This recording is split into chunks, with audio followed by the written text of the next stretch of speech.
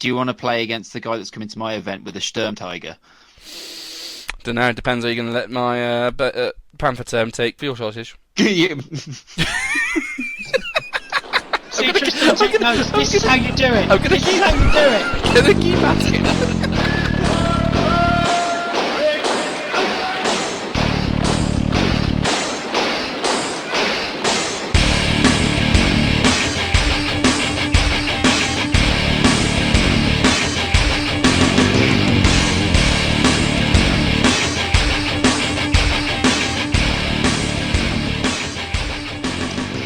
G'day everyone, and welcome to another episode of the Bacon Burgers podcast. We are just like the Juggernauts, except without all that good content, good hosting, and, you know, good thoughts and opinions. We just steal whatever the Juggernauts do and call it our own. Anyway, who else is joining me today? God, hold on! I was trying so hard. Oh man. Welcome to the Juggernaut. We're not the shitty Bacon Burgers. We are the Bacon Burgers. We are not the Chunder from Down Under. We are the top Nigels of the Northern Hemisphere. Coming from you loud on Valentine's Day. Love and joy to all. Who we got with us today? That wasn't an Australian on the cast, everyone. That was me. That was Dan. I'm here. How are you? So I've got a challenge for you today, Dan. Go on. I want you, because your Australian accent is so good, I want you to try and be two people today. I want you to be both Dan, and if you pretend to be one of those bacon burger knobs throughout the episode as well, and make it sound like you're two people. Alrighty. Mate, Dan, that's really good. That's really good. Now do normal, Dan. Well, I just don't know what to say, mate. My accents are on point. That's brilliant. Do the Aussie again. Sure, mate. I'm just going to chuck another shrimp on the barbie and go hang out with some koalas and kangaroos. Brilliant. I don't know. My Australian's not sounding stereotypical enough, I don't think. I mean, it's pretty good for the area you're aiming at. It is, yeah. Right, so on this Jeez, crikey, look at that crocodile over there. Might just go sneak on up and stick me thumb up his bum. Oh, she's a ripper, beaut. So the educated listeners, I am Topher, and I am joined by Dan. I am joined by Pete. We've got Rubes in. We stole him from the Bacon Burgers. He's ours now. Go fuck yourself. He's defected to a good podcast. Yeah, and we've also got precious. we've got Mr. Walsh. Gaz, you're very quiet at the back. Come on, come forward. Hey, cobbers. Worst accent ever. Do you want to save the accents till This the is Hobby some Lobby proper section? Aussie slang. I thought you just said cant. Is there any other? Cobbers. I don't know. That's not cant. That's all you say. It's a right can. Yeah, that's all it is. I can't. Oh my god. Anyway, what have we got in store for this episode? Yeah. Come on then, Gaz. You've been begging to come on and do this with us. Which army review? Oh yeah, we are doing the best of all of the bolt action armies. And that Japanese! is the glorious... No. Australians. The glorious British Empire, obviously. God save our gracious queen. Sorry, actually it's a king back in 1940s. Yeah, God save the yeah, king. king. God save the king. So that's going to be our big one. We've also got some rag session because you might have noticed that an FAQ dropped recently, which is going to be the best. that was perfect time. It was like, what was going to talk about? And then we all got the email that an FAQ had dropped, and we all went, that's what we were talking about. Also got some what the facts to talk about. We've had some feedback, and as usual, we'll have a Mr. Blobby, and this will be a brilliant episode because we don't have Sheffy to ruin it. Yay! So, I think hopefully we'll have a good time. Before we go start, any announcements? Should we not just advertise this as the Juggernauts with 25% less racism? Oh. No, but we've got Rubes on, so that might be we've got 25% Rubes. more. Yeah. Oh, yeah, that's true. Yeah, I don't want to judge. I'll review it at the end how much racism is in this podcast. I mean, it's I'll like do we my need a best to live up to quota. Sheffy's dreams. I have an We've announcement. got to up our game. This is gonna be ridiculous. We've got our finest hour. I'm going to plug that. Our doubles event is in 2 weeks. Depending when you listen to this, the list submission is closing tomorrow on the 15th of February. So you've probably already missed it. Fuck you. There's like one Yeah. space left. There might be two. So if you really come begging, try and come and get in. Otherwise, you missed your chance now. I've been talking about this for like 4 fucking months. So if you've not come now, you can go fuck yourself. Yep. Gaz, you've got some shit event going on. Yeah, which you're all coming to, by the way. Thank you. Is it a tournament or a campaign day, mate? Oh, fuck off, Luke. So yeah, everyone was bitching and whinging for a campaign day, so I went and put on one. I got 6 tickets sold, and then went, you know what, this ain't going to work. Changed it to a 1944 themed tournament. Guess how many tickets I've sold? 10. 7? 7? 27. 7. 20. That's fair. That's fair. So basically, what you're saying is tournaments are good. So yeah. So what you're really saying is you got impatient, didn't think your campaign day would get any tickets, and gave up on it. Yeah, pretty much. Yeah. Is this evidence that the tournament scene is more alive than the campaign historical scene? Shut the fuck up, Dan. 100%. We're being inclusive Whoa! here. No, we're not. Fuck them. Your themed events, you're going to limit the number of players based on what the theme is anyway. So, Yeah. you know, if I do a Pacific Battle of Milne Bay, I mean, it limits it to people who've got Japanese, Aussies, and some Yanks. Yeah, but he did it in 1944, and he did that as the entire of 1944. I think the only excluded, like the whole of Europe, so the only excluded army was Japan. But, Much, yeah. well, what? And China. You know, all Yeah, those well. Chinese communist players. Oh, wait, no, Sparrow Tactics got done. They don't exist. They all sold their armies. Last FAQ, so... There's loads on eBay. Wouldn't it be great if the latest FAQ gave it all back again? Oh, that'd be brilliant. That'd be brilliant. Great. I want to give a shout out and tell the tale of woe to Juggernaut Spurley, who this past month has actually been on fire. So The actual tale of woe. We stand with you, Juggernaut Sparrow. I think we have to tell it's the story of meme gate is what it was. Because anyone who's listened to our cast for a while will know Juggernaut Spurley, who's a member of our club, just loves a good meme, and he loves a good shit post. And He's basically the guy that posts all the dank memes, all of them. if you see any good meme on our page, chances are Spurley made it. So there you go. But the Bolt Action Facebook group guys, they don't like fun. It's just that you can't post that here. So yeah, because Spurley was getting so upset at all his beautiful content being deleted and him constantly getting 3-day bans on their Facebook group or whatever, we've made him his own group. So we've now got Bolt Action Memes, which has been taken up quite well. And we're on about 100 members now, aren't we? Yeah, it's something crazy. I tell you what, there's some fucking hilarious shit in there. I just There's love some the I love the attitude of it's my ball and you can't play with it, so fuck it, we're going to get our own ball and play it. Oh, it's even better than And yours. It is a nice ball, though. It is. I'm gonna bring some of these up now because some of the people have taken it on full on. Obviously, Spurley and Sheffy are always the normal guys who do memes. But you've had some that Asian guy. He's joined in. He's done some good shit. Jordan Weeb. He's done some fucking funny shit as well. Mr. Moody. Everyone's contributed. Yeah, really, yeah, haven't it's been really good. So basically, if you It's been like fantastic. if you like having fun and laughing, and therefore not being a fan of the bacon burgers, go check out Bolt Action Memes. Some funny shit. And we accept everyone, literally everyone, in you come. Yeah, the only rule is don't be a dick. It's a wide ranging rule, you know. Yeah, as long as you're not rude to an individual person, you can say whatever you want. Yeah, so good. Oh, good. Right.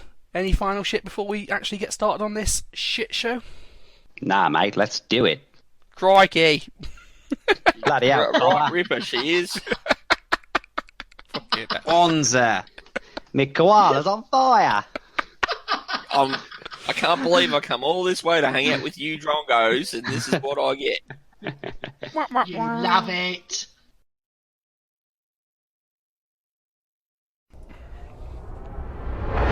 And next up, ladies and gentlemen, we have On the Rag. What could we possibly be ragging on this week? Trump. Definitely the shit Bernie Sanders did give him. Close. Yeah, that's probably worth ragging about. Climate change, that's normally a big topic. What other bad shit's been happening? To it, yep. Brexit still a thing? Brexit, yeah, fuck Brexit, yeah. Brexit, yeah. Oh, poor Is people. Australia on fire still? Yeah, that's still on fire. Yeah. No, we've got floods this week. Okay, yeah. No. Hey guys, I found a new FAQ. What? Oh, shit the bed, Pete. What was that? There's a new FAQ out. Oh, we're fucked, aren't we? Really? New FAQ. Oh. Come on, guys, let's go through it. Now, all seriously, we know the Tiger Fear one's going to have a really fun discussion about it. We've also been on Facebook and been out of the rock over the past few days, so we're just going to go through the rest of the FAQ first, and then work our way back down to Tiger Fear. Does that sound good, everyone? Yeah, why not? So, starting at page 3, because it's the first time something changed. If everyone would like to get their FAQs up, turn to page 3. Thank you, class. Waffen SS, you can now take them in experience and regular as well. Do we care? No. I don't really care either. So, next. Paratrooper and gliders, they can now buy stubborn. American paratroopers can finally get stubborn. It's just the same as they are in Market Garden, so that's not really a change. Okay, no different. Why can US Marines now get stubborn? Because someone was smoking weed when they wrote this. And they thought, I don't want to be a good idea. Honestly, like, my historical understanding's not particularly great. Did they throw Marines out of planes? Or is there some paratroopery around them? I don't understand. Yeah, so they actually did have some paras in the Pacific. I believe it was on Guadalcanal, defending Bloody Ridge. There was a battalion of paras that held back the Japanese approach. I believe they also looked at shipping the 82nd and 101st over there, but the war ended just before they shipped off to the Blue Seas. Well, there you go. That's shit you don't normally get on this podcast, isn't it? It doesn't explain why there's the some Marines history have for your got it, ear though. holes. I was going to say, yeah, it doesn't explain why Marines get stubborn, though. They gave the illusion that they weren't running away. Ooh, illusion, I like that. There's quite a few other units out there that have stubborn that aren't paras, though. Like, anything in the late war French list can be given stubborn. Why? They didn't give it to Strathbat, though. As they're, I don't know... Could you imagine Strathbat? I want to give it to Strathbat. Do I look like someone that writes the books? Yes, actually. Yeah. You look exactly like that sort of nerd. Nerd! Right, so Marines have stubborn now, great. So now Marines will always have stubborn, because why would you not buy it for them? Yay, Dan, more paratroopers I get to play against. Whoop, whoop. Boo. That's the sound of the paratroopers. It's the sound of the paratroopers. How many BARs can a Marine squad have? 3 in a 7-man squad. So that's the default unit, isn't it? It's 7 Marines, Yeah. 3 BARs, So all stubborn. Your 85 10 shot squad now becomes a what would it be? 92 point stubborn 10 shot squad. Yeah, just a little. Yeah, that's really good. Really good. We're gonna have to go back and redo the fucking US episode now. I know. USA. Scrolling down, SAF infantry, Vickers K guns now gets an extra shot. I don't think anybody gives a shit. That's an extra dice. Fuck. Yeah. Next, they fixed the Wasp again. So now they've said that it's a small vehicle flamethrower, so the range is limited to 12 on a weapon that's already limited to 12, and the number of shots is always reduced by 1 for a weapon that's always added plus 1 to the shot. So that now sounds, it's just D6. Wow. What's the point in that? I mean, it's nice that they fixed the vehicle that they broke, and then they fixed, and then they broke again, and then they fixed it, but then they've really fixed it. Wow. You know what they say? Leave it alone! If it ain't broke, Warlord will break it and then fix it. Yay! But do they really fix it? Really? I mean, I'm still not really going to take one, because I like 100 fucking points. I don't know. Yeah, they are too expensive. And you have a phobia of vehicle flamethrowers, don't you? Well, they're just Or shit. not a phobia, but a deep-seated hatred. They're just no, it's not hatred. It's like, you know, when your son goes off to college and gets into new metal. Oh, It's like just abstract disappointment. It's like, I still love you, but just can't you? I raised you better than this. Stop being such a little You baby. know when He's watching me. What's wrong with Limp Bizkit? Really, come on. Keep rolling, rolling, rolling, rolling. Chocolate starfish. Fucking. That's how that starts. That's what's wrong with them. Makes sense though, Warlord, because break stuff. Oh, I see what you did there. I'm disappointed in you as much as I am Wasps now, Gaz. It goes. I'm just Wasps, gonna leave. Gaz, and then my family in my rank of disappointment. Damn, I don't even make top 10. Oh. Pete, it's because I love you, Pete. I can't be disappointed in you. I'm fucking disappointed in your recording equipment, but not you. Same as your recording. That's a behind-the-scenes joke, ladies and gentlemen. You won't know what happened because I edit it. Yeah, well. Right, onto the FAQ. Are we ready, guys? When an airstrike is called in and you roll either a fighter bomber or a ground attack result that puts a HE template on the unit you're targeting, in addition to the pins the aircraft itself caused during the attack run, does the HE itself generate extra pins? No, that would be silly. It never did. So you don't get D3 plus D6? No. Nah, that's reasonable. That's fine. And that's a nice we one. always played it as you've got the bigger one anyway. You got one of them, but it was always the bigger. I mean, we always played it that you didn't fucking bring an air observer, so... Well, Yeah. There you go. Yeah, so there you go. Oh, this one's fun. When a building is set on fire by a flamethrower, it says that any and all surviving infantry will abandon it in the same way as disembarking from a destroyed transport. Does this mean that the unit also suffers D6 hits that come with exiting a destroyed transport? No, they're coming out of a building. Yeah, I mean that's a separate rule, isn't it? Because you've got forced disembarking rule and then being in a unit in a vehicle that's been destroyed. They're two separate rules. So I never saw it as an issue, but that's fine. Whatever. Here we go. Leading on from that, in those rare occasions where we use 3 or even 4-story buildings, if a unit occupies the top floor of the building when it is set on fire, how does it exit? The maximum run order only allows it to reach the bottom floor at most and not exit the building. Are they just assumed to evacuate from the bottom floor anyway, regardless of distance, or are they destroyed? All I'll say to this is to infinity and beyond. Evacuate from the bottom floor anyway. Fear gives you wings. They're not flying. Fear does not give you wings. That's bullshit. They're what falling the hell? You with burn style. to death. Burn to death. Gives you Get set on fire. it gives and you burn broken legs. Yeah. It turns out that the flamethrower is fueled by Red Bull. And the wings. Wings. Yeah. Next one. When targeting a soft-skin vehicle with heavy weapons with a penetration modifier, it states, these additional modifiers do not apply to soft-skins.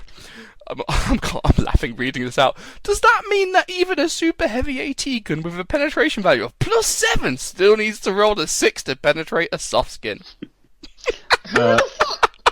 These people, what are they smoking? So there's several memes that Sparley's posted recently about reading the fucking rulebook. This is one! I would legitimately piss myself at a tournament if I Panzerfaust someone's truck and they went, you can only do it on a 6, mate. I'd be like, what the fuck are you talking about? I think the guy would win purely on you just laughing yourself to death. I mean, the answer, the pin of the weapons does apply. What does not apply against softskins are additional modifiers, i.e. those listed in the chart, because softskins have no armour. It's the fact that even the question itself says additional modifiers, and they're, like, listed separately. Oh, it's brilliant. There's a lot of wasted space on this page for questions. I just want to go through this FAQ with like a word processor, you know what I mean? And just like, yeah. Gah. I just want to know who asked these questions. I don't know who answers these questions. Gaz, you're a rules writer. Get your shit together. Yeah, Gaz. Whoa. That's all I have on that. Yeah. And you know what? Who's to really blame? No, It's the fucking play testers. Because Gaz actually gives it to legitimate play testers that know what they're looking at. I guess it's really hard to put things like sarcasm and condescending tones into text, so you can't put in a rule book. No, you don't fucking get your +1 for flank. You need to post. I think you should post meme pictures with the FAQ response. Like if you posted it on like a SpongeBob pic where he's doing the dance, it would translate. I'd buy that. Yeah. Final one of this section. During preliminary bombardment, if an infantry unit is inside a transport at the start of the game, are they still targeted by the bombardment? If so, is a separate dice rolled for them and they take separate pins from the transport they are riding in? Moreover, if they suffer an incoming result, is the one automatic hit resolved against the infantry unit riding or against the transport? The transport, it always has been. What nutcase asked that? Remember, in every case other than Tiger Fear, if you're in a transport vehicle, you count as off the table for that sort of thing. Yeah, unless it's Tiger Fear. Unless it's Tiger Fear, because, special cases. The FQ answers do not roll separately, you just roll ones for the whole unit.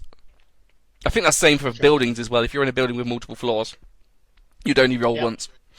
Yeah, you just roll for the building because it's classed as a transport, isn't it? Technically. Yeah. I do like the one where someone has said, most entries for the medics in the army list stipulate medics can take a pistol for self-defense. However, under the Geneva Convention rules, they can't fire their weapons. Does this mean that they can shoot with the pistols? If so, what situations? I love how the Geneva Conventions comes into a game. It's just like, hey, in the real world. I mean, that is a legitimate rule in the rule book saying that medics can't fight. Yeah. Oh yeah, I'm pretty sure in the rule book it says you can't fight unless you're in combat, and then you will defend yourself. But you can you can still put the medic in a truck, and then the truck can fire its guns. Yeah, they do get tough fighters though. So position those medics on objectives and into where you want to make a final stand. Why would you put a medic on an objective, Rubes? Wow, tough fighters, come at me, bro. No, they can't claim it. Non-combatant. Yeah, but they can deny it. Exactly. Boom! He's one of us. He knows how it goes.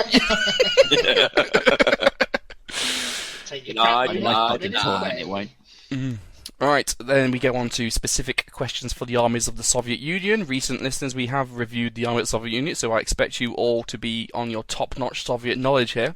So if you don't know, go back and listen to Codex Juggernaut, I think we called it. Something like that. For the Juggernaut. For the Juggernaut! Okay. I was wondering about an Amplimet special rule. Podcast? Yeah. Pretty good. Now stop interrupting, you dick. Yeah.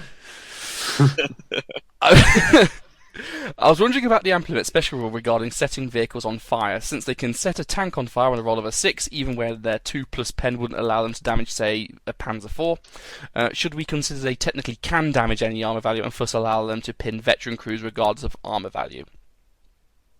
It goes on a bit more, but that's the basic of it. Yeah, I didn't think that needed to be asked, because if you roll the 6, you're damaging them. Yeah, if you're a veteran King Tiger and the Amplimet rolls a 6, you're rolling on that damage table, so he can hurt you. Yeah.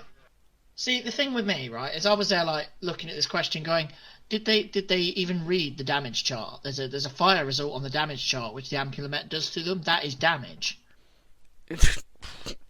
Yeah. So, yeah, there we go. Next question. In the Soviet bolt-action book, it isn't clear with all of the vehicles, as some of them, such as M4 Sherman, Mitchell and Churchill, are not specific tanks, but rather tank series, and it doesn't specify which variant.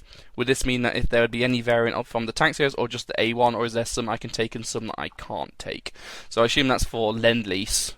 It just says use the basic one. So the earliest model, I guess, of the one you're taking, which means Soviets can't take an AVRE. And also, I've just fucking thought right now, that means that Soviets can't take machine guns to it. Really? Yeah, they can. Is that the first entry? Is it? Yeah. Oh, bollocks, that was a chance to fix it, weren't it? And they fucking didn't do it. The later ones are the ones that only have one Hull MMG, and then I think the one after that was the Satan, which was the flamethrower. Actually, doesn't. Now I'm reading it again. It doesn't say earliest. It just says use basic vehicles. What counts as basic? Basics. I mean, they can't get the Stuart spam. So, what's the difference between a basic Sherman? Not basic. What's the difference between a basic Sherman and an acidic Sherman? They do give an example there straight after when it says use basic vehicles. So standard earliest M4 75mm in the case of the Sherman. So for the Sherman, it'll be the one with weak sides, catches fire, vulnerable, shit, pinned at the wazoo. Don't take it. Take a Stuart. I take those Shermans. Yeah. If you're playing a certain scenario or era and you've done the research and your opponent is okay with it, then it's fine to use other variants if that were actually used. What if your opponent's okay with it but you didn't do the research? Well, then you've played the long game, haven't you? You're playing a hell of a game there. So that means if you're Soviet, you can't take the earliest churchill you can take is the heavy with a light AT gun, so the shit one. So you can't take like the normal standard one. You can only take the really early one. Yes. Yeah, by the sounds of it. Yes. I mean, you didn't take them as a Soviet player anyway, because that's your dog mine points. That is. But yeah, you can still take multiple Stuarts bound with Soviets, I guess. Oh, I'm both happy and disappointed at the same time. You don't need it with You don't ever see them anyway, do you, really? Nah. Right, going down. Empire in Flames. Pete, you can try reading that. It's an hour rather than you two. missed the one before it. Like you missed the one before it, which is New Guinea. Oh yeah. So there's a scenario change in there which nobody really plays. Let's be honest. And then a change to the Australian army and the Japanese army option in there. Both the engineer sections. You can only take the flamethrower if you're a regular or veteran. So no more inexperienced flamethrowers, Rubes. Yeah, Rubes. All those inex flamethrowers you had. No. I usually only run them in engineer squads, so they're usually veteran. Wow. It was inexperienced Nebelwerfers I had on my list. Oh, you can still take them. They're fine. Yeah, you can take loads of them. It's just that the inexperienced jungle engineer section for the Australians can't have a flamethrower. Yeah. Yeah. FYI, the Luftwaffe Field Division engineers that are inexperienced can still take a flamethrower. Spoiler alert. Yeah, it's because you wrote it, you knob. That was said that with far more venom than it needed to be. No, it's the perfect No. amount of venom. And then the Empire in Flames one that Toph mentioned is Banbagta Gurung. Basically, Bless you. he's some... Basically, he's some bullshit Gurkha sergeant that can rough up your day, and he gets 3 attacks instead of the normal 1 and has a tough fire as well, so he can kill 6 dudes. Oh, That's some tough fighter right there. how many points is he? He's a lot, but he's also got a rule that means that before you've actually... You give his unit an order, but before that order actually goes off or you do anything with the order, he runs off, stabs a squad nearby, comes back, and then you get to do the order. So you could essentially stab a squad and then charge them again. Oh, sweet. So it's like me when we're playing Halo and I've gone off randomly to capture the flag and then out of nowhere I come back and Pete has to go and rescue me because I fucked up. Sounds legit. Yeah, a little bit. Yeah, a little bit like that. He's a lot of points, but if special characters are allowed, totally worth it. I would probably take him every time. Okay, fair enough. Battle of the Bulge. They've made lots Cock of... joke. Battle of the Humongous Cock? Massive bulge. Bulge. Bulge. Battle of the acorn stuck to your belly.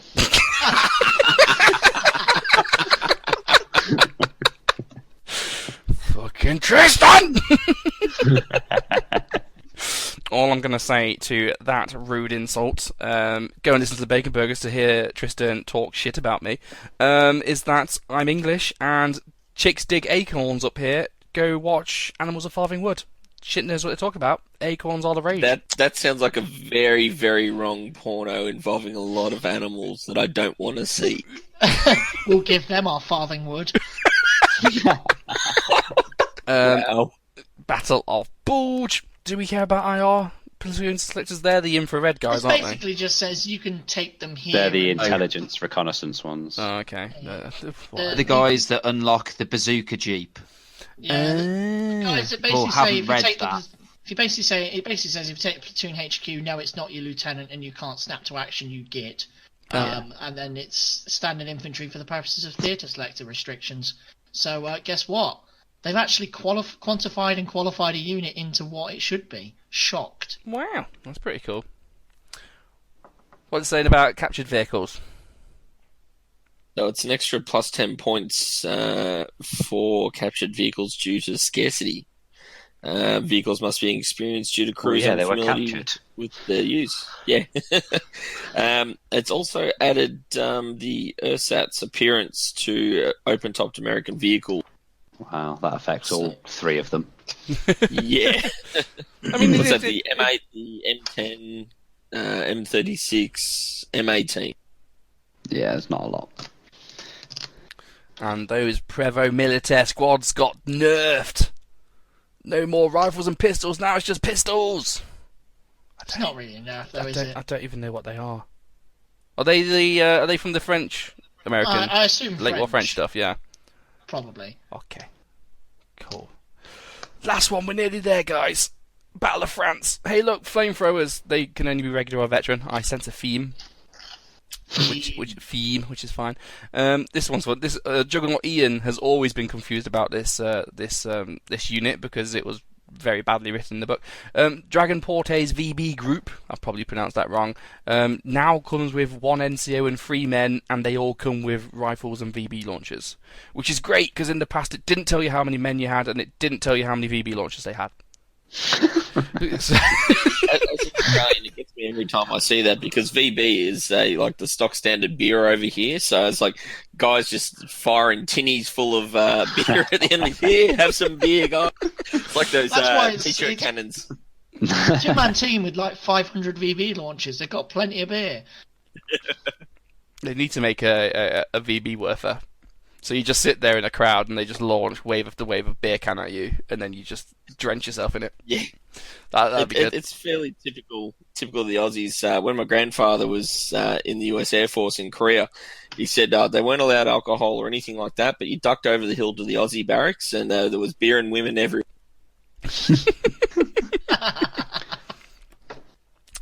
Crikey. Right. A unit which is taken out of the game because it failed a morale test isn't really destroyed but flees the battlefield. I can buy replacement. Oh, that's a specific mission one, isn't it? No, do we care about that? That's for the Company Commander campaign edition that's in the Battle of France. I've not read that thing we've never read. I've not read that, yeah. Yeah. That thing we've never read. Guys, if you like campaigns, go and read that bit of the FAQ. I have no idea what it's talking about. It's actually quite a good little campaign setup if you and a couple of mates want to just do a bit of a themed company versus company sort of story-driven thing. But I was going to say, I'm sure it'll be lots of fun, but that sort of... Dan would break it. Within about 2 weeks of the campaign, Dan would break it. So, Pete, you and I will play it. It'll be fun. Sure. You know what I've noticed about the FAQ? Is that there's beyond that, there is a severe lack of Western desert. Oh yeah. That's because that book is perfect. It's interesting. So all the stuff that Mark's written, he has submitted to Warlord the FAQ stuff. So this was missed out or this was wrong. This is what it should be. He even made his own one and put it up on the Bolt Action group a while back. So that's where that's come from. So my only assumption is that the guy that wrote the Western Desert just sort of fucked off the face of the planet and hasn't bothered to update anything.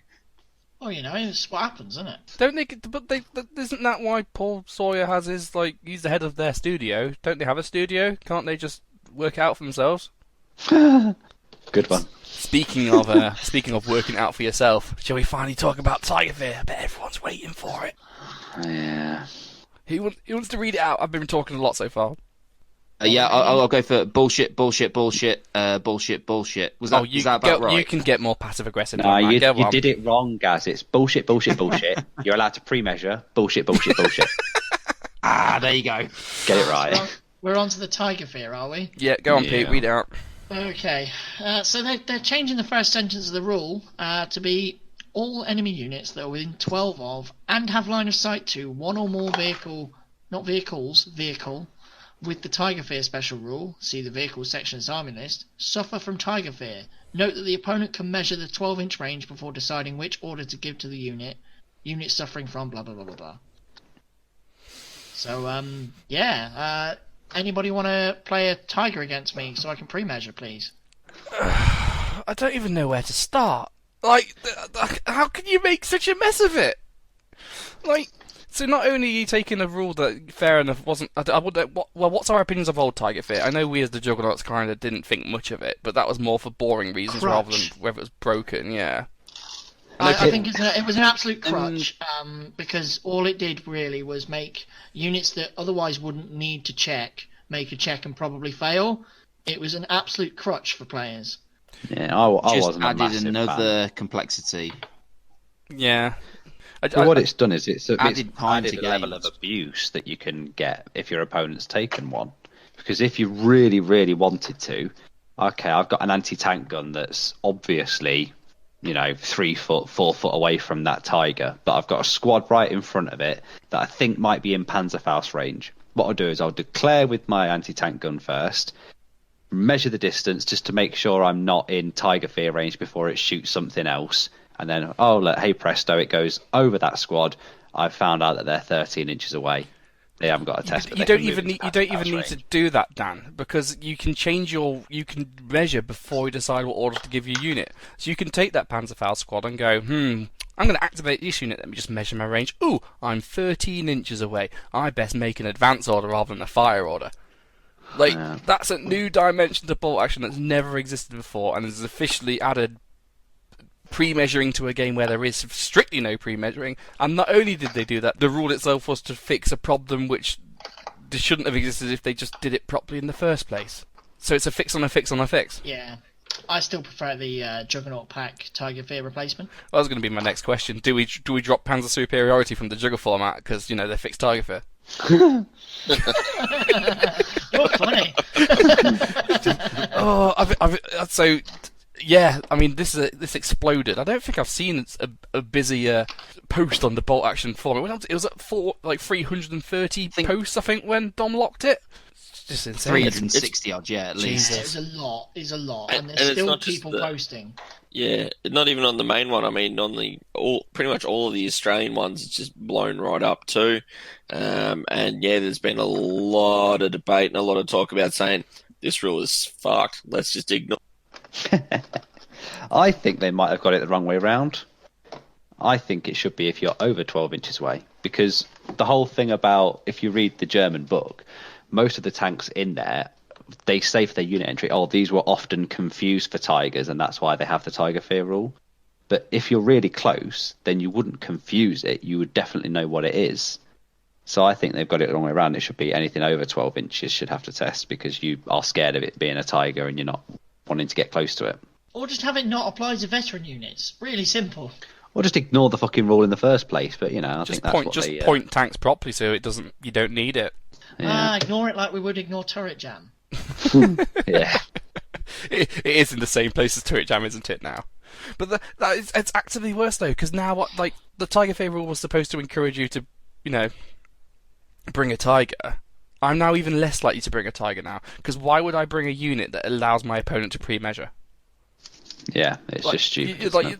Because not only could that fuck up my Tiger, if then it allows him to perfect his ranges with his bazookas and his Faust and all that, he can then use that to gerrymander his way to the infantry behind the Tiger as well. So why would you take it? Why? Also, you're welcome, everybody that was complaining about Panzer IV in our pack. You're welcome. Still want you 25 points off, or would you just be happy to not play Tiger Fear? What's the bonus the Panzer IV gets in Jugger format? It doesn't have to bother with this bullshit rule. There you go. Fixed it for you. I've enjoyed a lot of the comments though. The epic wave of people saying they're quitting bolt action has been something extraordinary. I know, it's great, isn't it? I can't believe it. Mate, if this is what you're quitting the game over, then good riddance. It's not that big an issue, really. Is it? No, it's people running away and just crying. All it means is that German armies now will have to not take the 280-point Panzer IV to get the Tiger Fear rule. Yeah. They'll just take that Panzer III and spend 100 points on something else. This rule's the best thing. 280 points for that. It's 235. Oh, sorry, 235. Sorry. This is the best thing that's ever happened to the Panzer III. Yeah. Panzer III is going to be top tank now. There you go. Easily the best tank in that book now. Easily. 140 for a light tank, light gun, 2 machine guns on it. Bish, bash, bosh. Done. You don't need anything else. There's no point going any further than that. No. Is anyone going to take Stugs? I know Sheffy, God rest his soul. Oh, he loves Stugs. Well, they look cool. I mean... he likes the stuff, doesn't he? I really like the look of them. Yeah, the stuff's cool. I'll give you that. They got a cool look. Stu 42. Yeah, that's cool. Yeah, the one with the howitzer. It's the only thing you can get tank riders on. You can get on a Brumbach. Tank riders. It's any assault gun. Yeah. Yeah, any assault gun can have Beg light infantry. And as you know, Gaz, if you're neckbeard enough, you can argue over anything being assault gun. So I hope you're ready for your tournament where I try and convince you that my Panther term is an assault gun. Prove me wrong. Fuck's sake. Look, if it's a crime to want to forward deploy my 10 plus heavy Panther term and then put Beg Light Riders on it and then let them run off another 12-inch first turn to get a free 2 foot of movement, then fine, it's wrong. But you need to convince me to not do that first. Tove, do it. I'll try. And I'm not even. And I'm also first round. Also, can I also get fuel shortage on my Panther term? Like, does it take fuel? I mean, is it? It must turn somehow. Or, hey, it's fuel shortage, 10% off your tank, and for the exchange, every time you move, you have to roll on table. It's not my fault that the Panther sends a tank that can't physically move. Doesn't mean I can't take fuel power the shortage. stereos that play all that massive German techno. You're being Panther termist. I think that's a little bit of a stretch. Let me take one in the Atlantic Wall list. I'm gonna try. I'm trying to see if I'm allowed Beg Light Infantry and fuel shortage as well. You just want to pay no points for it, don't you? Hey, if you don't ask, you don't get. Just ask Tristan. Where is he? Oh, wait. He's busy winning tournaments by not adhering to the pack, but, you know, who am I to judge? Oh, you mean chatting up his TO? Yeah, you got to chat with the TO, man. I've just shown you an example of how to do it. Opponent. Oh yeah, what's the story on that? His opponent had a heart attack halfway through the game. Did they see the cheese and just couldn't take it? Yeah, so apparently one of his opponents was not feeling crash hot. Said no, I'm fine. Let's continue on. And then later on went to the doctor and found out he had a minor heart attack. I hope he's okay. And B, Tristan, for shame. Health and safety, people. Couldn't even kill him off properly. Yeah. So yeah, I mean, we've not really gone on to Tiger Fear too much. I think everything that is to be said has been said everywhere. What's the Juggernaut feedback on that, really? It's just stupid, isn't it? I mean, it's not feedback really. is just us laughing at it. Let's not, be honest. It's not going to make much of a difference. I think the meta moved away from Tiger Fear a couple of years ago. Anyway, I've not seen a proper Tiger Fear tank for months now at a top table. The last time I saw one was at the WTC, I think. So I played one at the WTC, and that was part of the Polish team, and that's because their meta is way different, and it still didn't really do much effect. It was the rest of the bloody. So yeah, we didn't see them before. We're not going to see them now. If you're playing one at our events, or if we're playing at a club, this rule doesn't apply. So there you go. Happy FAQ, everyone. So, do you want to play against the guy that's coming to my event with the Sturm Tiger? Don't know. It depends. Are you going to let my Panther term take fuel shortage? See, Tristan, take notes. This is how you do it. This is how you do it. Gonna keep asking. You know, there's the odd historical. Some extra favours. There's the odd historical guy who listens to this podcast because he likes the dick jokes, and he doesn't like what we play, but he likes the jokes, and he's just dying right now listening to my bullshit, and I love it. Welcome to the Juggernauts. Oh man. God save the king, everybody. Welcome to the Armies of Great Britain review. And first and foremost up, I think this is the most complicated army we've ever had a go at going over. Because what, even with all the Soviets? At least the Soviets are concentrated in one book. You know what I mean? Well, you've got a point. Like the British have like 8 different books. Just like our empire, we are fucking everywhere. The sun never sets on the British rules. I was going to say, having seen how British bureaucracy works, I'm not surprised this is the most complicated army of the lot. I think we need to set the ground rules. What are we covering and what aren't we covering? Well, first off, fuck the Australians, because you've got your own little book, so you don't need to use this book. Never have the convicts. We don't need them. Yeah, so they can fuck off. What are we including theatre book-wise? Because we're going to miss something. There's so many theatre books with so many rules and so many different units for the Brits that we're going to miss something. So I guess we just include things we're familiar with and pray. I think the only one you need to do is Western Desert, isn't it? I guess. And to be fair, Operation Overlord, there's some good stuff in there as well. And the land mattress. I mean, yeah, we'll get there. This is going to be atrocious. Throw random good shit in. We'll just. This will be the guide of bolt action British and things that interest me. So let's start where we always start, with the national rules. Should we just call it bolt action winning side? Winning! Winning! National rules. Absolutely. It was the start. Fish banzai! No, the bombardment rule. I'll go. Yeah, sorry, I got too Let's excited. be honest, the far better rule is the bombardment rule. Just, if you want a preparatory bombardment, roll 2 dice, pick the highest, enjoy. That is such an underrated rule. Everyone always goes on It's also about the reason I always so make much the shit British with that. defend. Very Always make the British overpowered. defend. Yeah, if you're a British player, the first tip is, if it's an attacker defender, always attack, because that bombardment rule is horrendously good. It basically guarantees 2 pins on your opponent's entire army, if not outright kills across the board. And everyone always goes, "Oh, this is the artillery observer," which, like, yeah, it's a nice rule, and we'll get to that, but this one's horrible. This is nasty. Like, preparatory bombardment is already a game ruiner straight away. This just turns there up he to goes, 11. making words up again. I have had a game where my entire army was pretty much pinned by prep bombardment, and my opponent had the free artillery spotter +1 he had in his list, and let me just say, by the 3rd turn, I couldn't move anything in my army. That's not surprising. Like, what else can we say? It's not like there's no tactics involved other than, making sure you attack. There's nothing more to say other than make sure you roll your 2+ and you get your prep bombardment. It just makes that prep bombardment so nasty. I It think guarantees a kill on a small team. That's what I look at it as. You kill a small team, you kill one out of a small team, fails his order, off he goes. I think the underrated Taking out a couple of feature- tanks with it. Yeah, the underrated feature is vehicles. Anything under, I don't know, anything armor 8 or less, I think this is just an absolute clusterfuck for them. They're going to tear through your line, and just a couple of 6s can ruin your whole day. Yeah, a squad it takes one guy out and you're alright. Same with artillery, really. But when it takes out the truck with the engineer squad and the officer inside, mama, that's going to hurt. Yeah, because that's when it gets stupid. Is if you hit a truck and it gets rid of the squad, gets rid of the vehicle.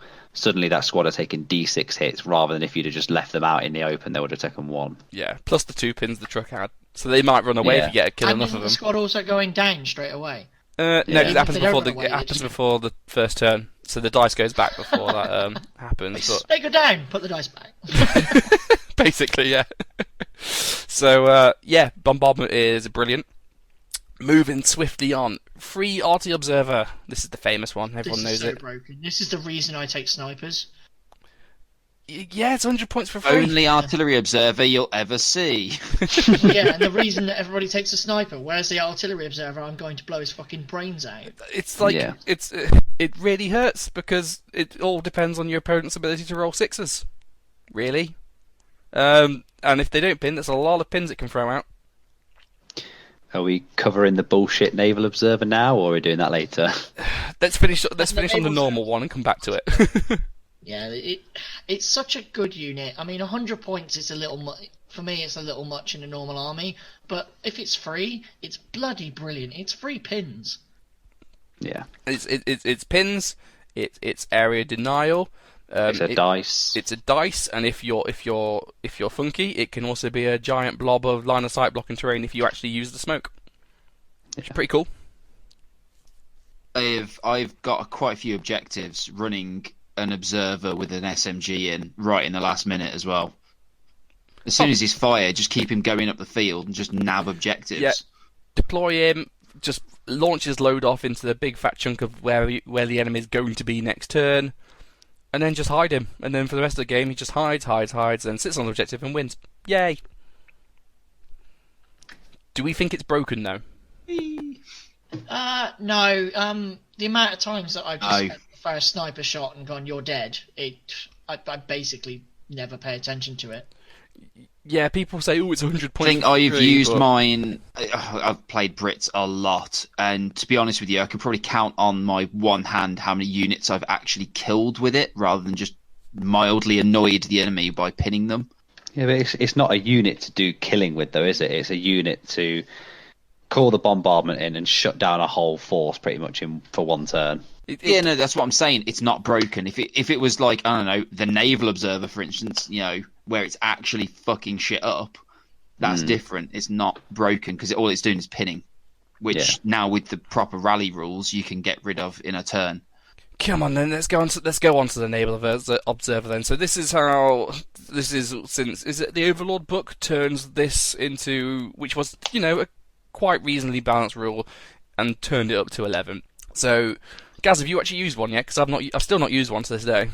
No, I actually point blank refuse to use it in friendly games and in tournament games. I just think it's so broken.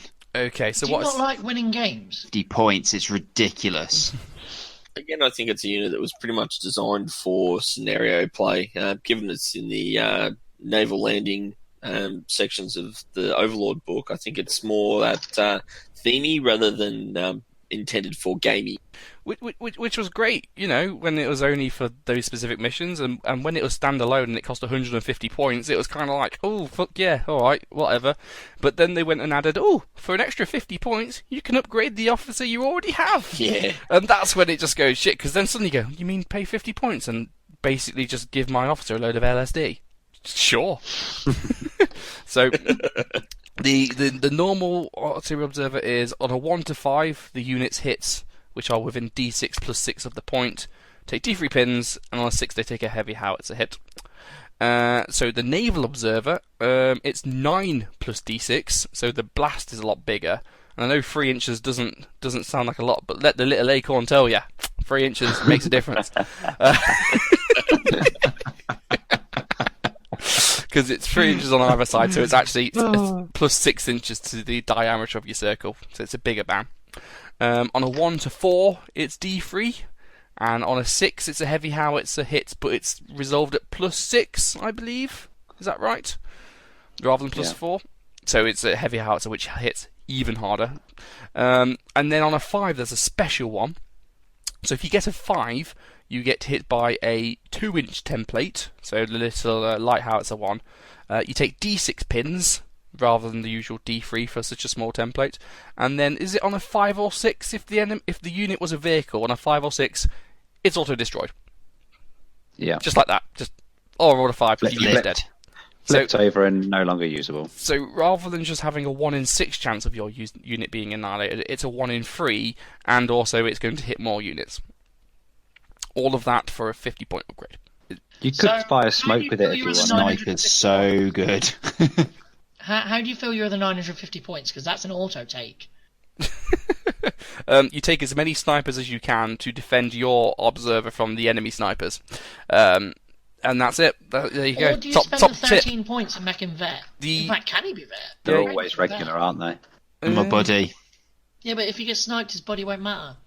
The thing is, for 50 points, he's a must-take. If you're playing Brits and you want to play competitively, he's such a good option. I don't know why you wouldn't, unless you have moral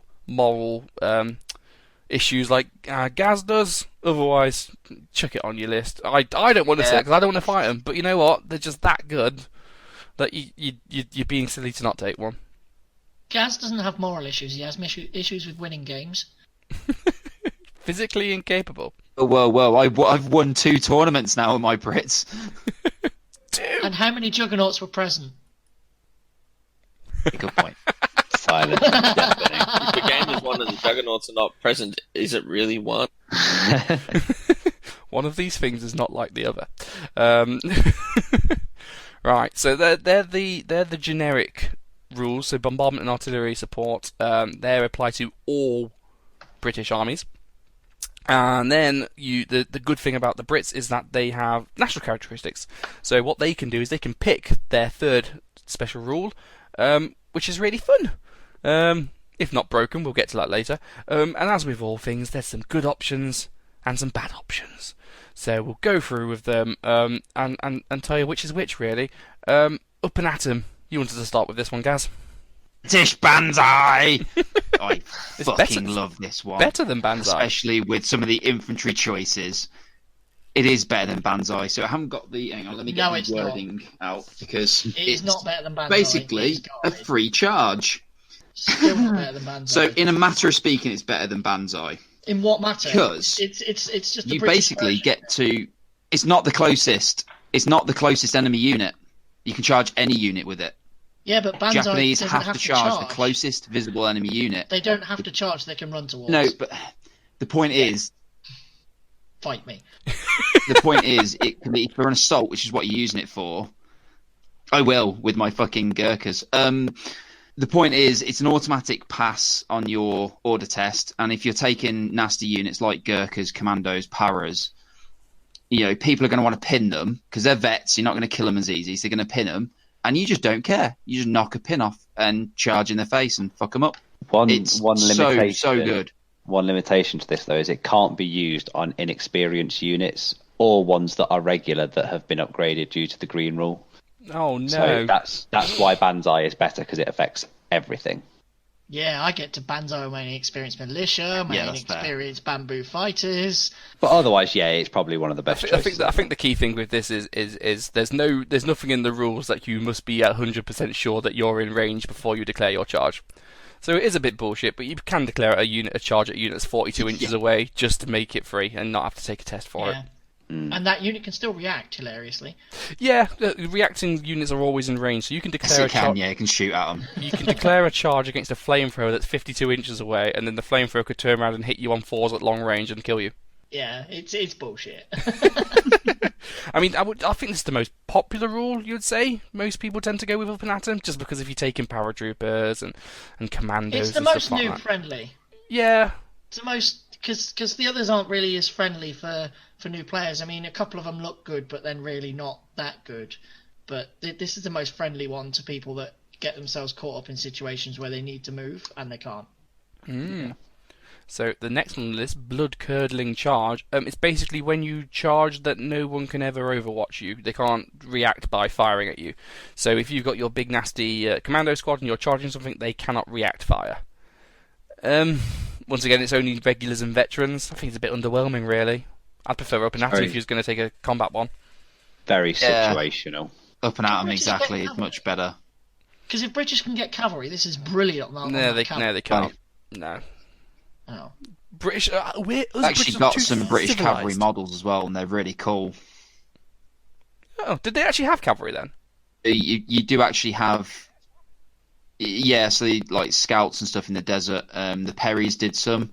Bought them just because they looked fucking awesome, and I was like, yeah, there's no rules for these. Oh well.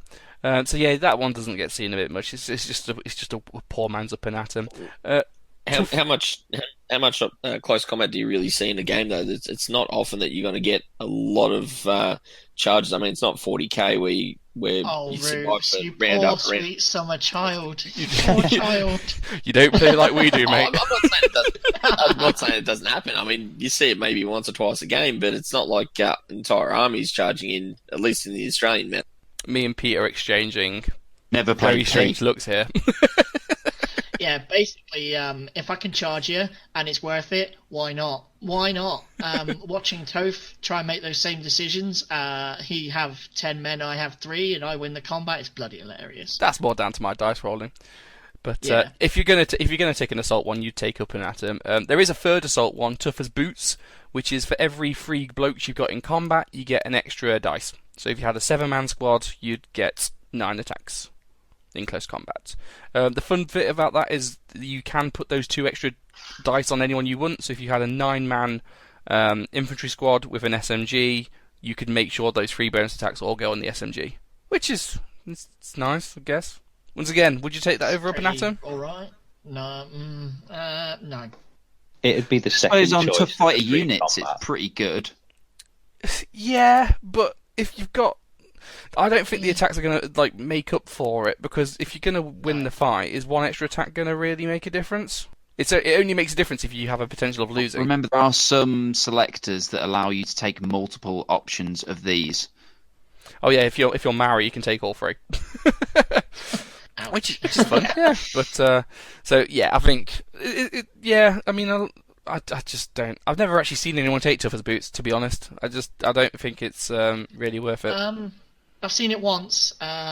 He charged me, he lost, and then went, yeah, what a waste of time that was. Okay, carrying on. But most people lose in combat to UPE. This was while I was playing Germans. Oh. Okay, next one, rapid fire. This is basically exactly the same stuff of boots, except it's with rifle shots rather than close combat. Yeah. So for every three Sounds good. Yeah. But isn't. So for every 3 guys with rifles, you get a third rifle shot. So if you've got a 9-man rifle squad, you get to shoot with 12 shots. And as before, you can put those 3 extra shots on any model you want. So you could have one bloke peeping around the corner, firing 4 shots with his rifle because he's a fucking beast. I don't know why you would though. You can. Yeah. So this is the one that you. This is the one you generally find British players go with first before they actually learn that there's better ones out there. It's the most common one you see around at least Southern Australian games. Most of the couple of British players that are regulars do tend to take rapid fire. I mean, it's an easy one. You don't have to remember much, or you don't have to change your playstyle to get a benefit out of it. If you just bring guys with rifles, I think it's also a bit more useful across a whole game rather than specific situations. Like you look at the first ones, a lot of them all assault related, whereas rapid fire is pretty much. It's not the worst rule. I'm not saying that. It's just not as good as British Banzai. Yeah. British Banzai, if you've got prelim bombardment and you've got pins across the board everywhere, British Banzai is a great way to just run at them. I just think the problem with it is it's to get the most out of it, you need to take really big squads. But if you're taking those really big squads, it's going to affect the rest of your list. Yeah. I mean, that probably comes back down to metas and stuff, and it's interesting. Assault-minded squads. Yeah, it's better. It's interesting that obviously Australia make more out of it than we do, but here, if someone slap down 3 10-man squads, would think it's a bit overkill, isn't it? So, it's all right. But right, last one in the main book. Come on, Pete. Vengeance. Oh yes, pre-measuring. Fuck's sake. Yeah, so you decide that, you know what, we'll have a bit of this. I've got a regular veteran unit. I'm going to give it an order. But before you're going to do something with it. You go, I'm going to advance. But before you actually do your order, check to see if there's an enemy within 12. Then roll a dice, and a 4 or more, you can lose a pin. Then you can carry on doing your order. It's Tiger Fear before it was popular.